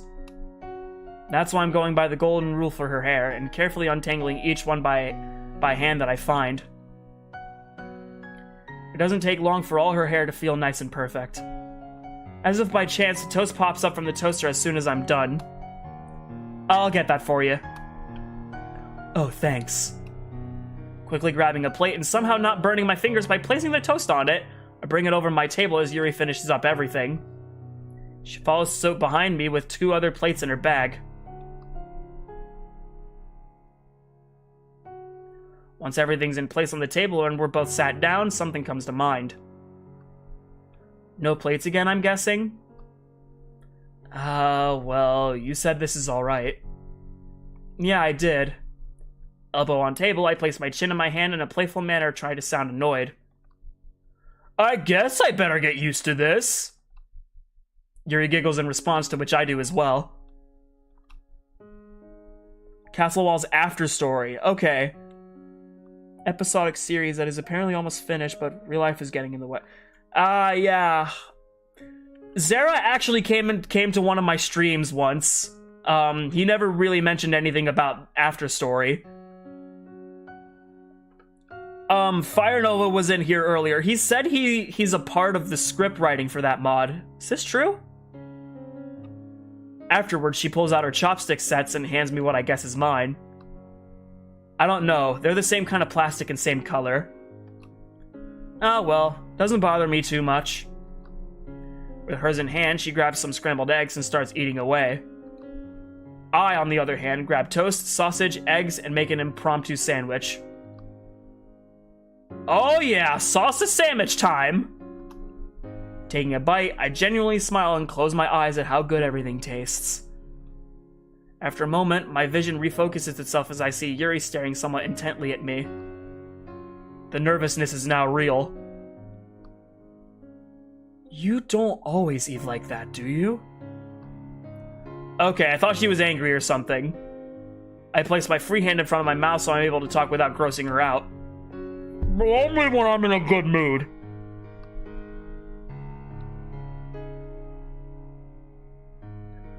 Are you saying you weren't in a good mood at my place yesterday? My eyelids bolt upwards at the situation I'm now in. No? Okay, I was gonna say. It's not every day I get to eat breakfast with the prettiest girl I know. Oh, you. What am I gonna do with you? Walk me to school? Wait, we kinda have to do that anyways. Why did I ask her that? I'd love to! I bring both my arms up in the air in response. Hooray! 7:50. The way I would describe the atmosphere today, let's just say it's a clear reflection of how Diverse and I are feeling. Birds are flying south for the season. It's surprisingly not too cold outside. With Diverse being this close to me, there's this weird feeling of confidence, of importance that I don't usually feel. I'm ready for whatever today throws at us. Blending in with the crowd of students, the apprehensiveness of being around others like this I would have felt weeks ago is barely existent. Instinctively holding on to Diverse's hand a bit harder, I don't want to risk losing him at all. He looks over to me, pink in the face, which makes me feel like I'm doing something right for once. After a little bit, we've almost made it to his locker. It's rather unfortunate that my locker is on the other side of the building. It's alright though. I don't mind being a little late for my fucking Jesus! Wait, no fucking Jesus. Boo! Ah! Instinctively turning to my left side to see instinctively turning to my left to see who made such a noise. Diverse, with a pained look on his face, immediately breaks away from me. He covers his ears and probably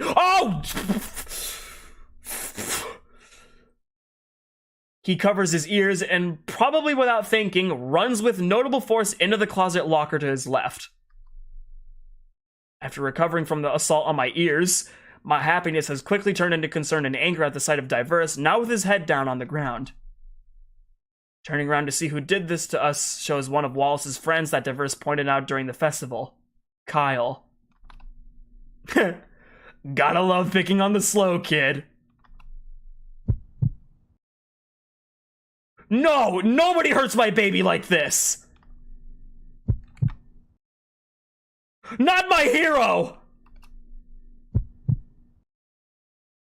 He saved me in my time of need. Now it's my turn. Bro, why did the loud sounds actually jump scared me? Yeah! Literally. Funny loud sound effect. Literally, though. You guys are listening to my voice narrating this, but for me, I listen to nothing. And then it comes out like, boom! Now you know how I feel. He saved me in my time of need. Now it's my turn. Have fun dealing with your girlfriend now, bitch! That's part of your name, right? He turns around and mutters to himself while walking away.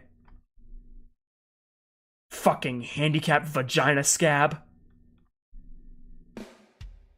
With rage taking over, I don't care if anyone's watching right now. Catching up to him, I dig my nails into the back of his neck and forcefully turn him around. Next, I slap him across his face as hard as I possibly can. He recoils and places his hand over his cheek. More! Quickly and firmly grasping my right wrist, the rage continues to flow through me. With all my force, and with him still stunned, my right elbow connects with his temple. Keeping the momentum going, his head smashes into the lockers beside us. That one I expected. The sound it makes fuels the notion that this is right. Make this fucker pay. Capitalizing on his temporary immobilization, I grab him by the hairs on his head, steadying myself and bring a foot to forcefully meet his stomach. Each action seamlessly flows into the next as I straighten my leg as he bumps into two other students that were watching the whole time. Next, he collapses to the ground. Once I feel the rage slowly dissipate and being replaced with satisfaction, I'm able to tell who's in front of me now. It's Boyd and Jerome from what Diverse and I spent time at the festival. Damn, girl! Didn't know you had it in you! The two of them pick up his barely responsive body, each taking a hold of one arm. Come on, let's get this clown out of here.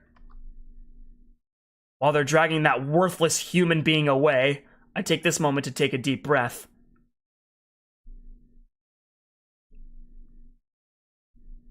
Diverse! Immediately turning around shows him still on the ground with hands still over his ears, facing the opposite way from me. He must not have seen what went down. Bleh! He must not have seen what went down.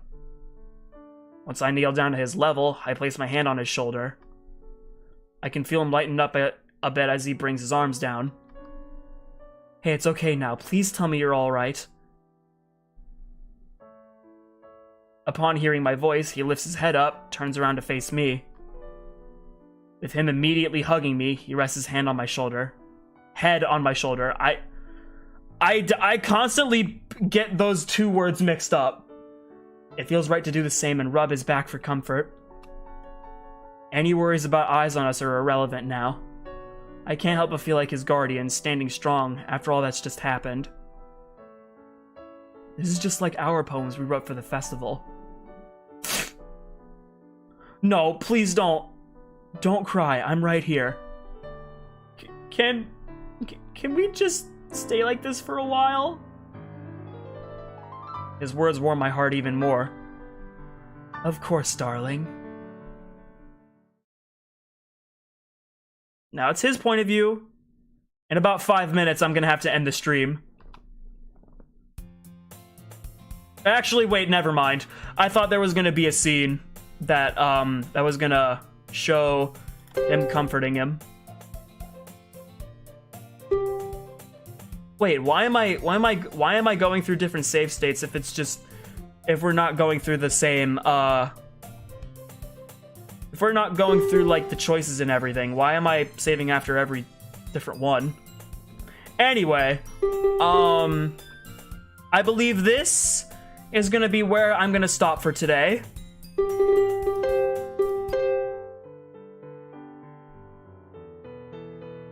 And yep, this mod is getting very interesting so far, and I can't wait to play more of it. Tomorrow I work 5 to 10 in the afternoon, so I don't know if I'll make time for that. Maybe I could. But then again, who knows if I still have stuff going on after. But anyway, this mod is going great so far. I'm really liking it. And I'll plan another stream soon enough.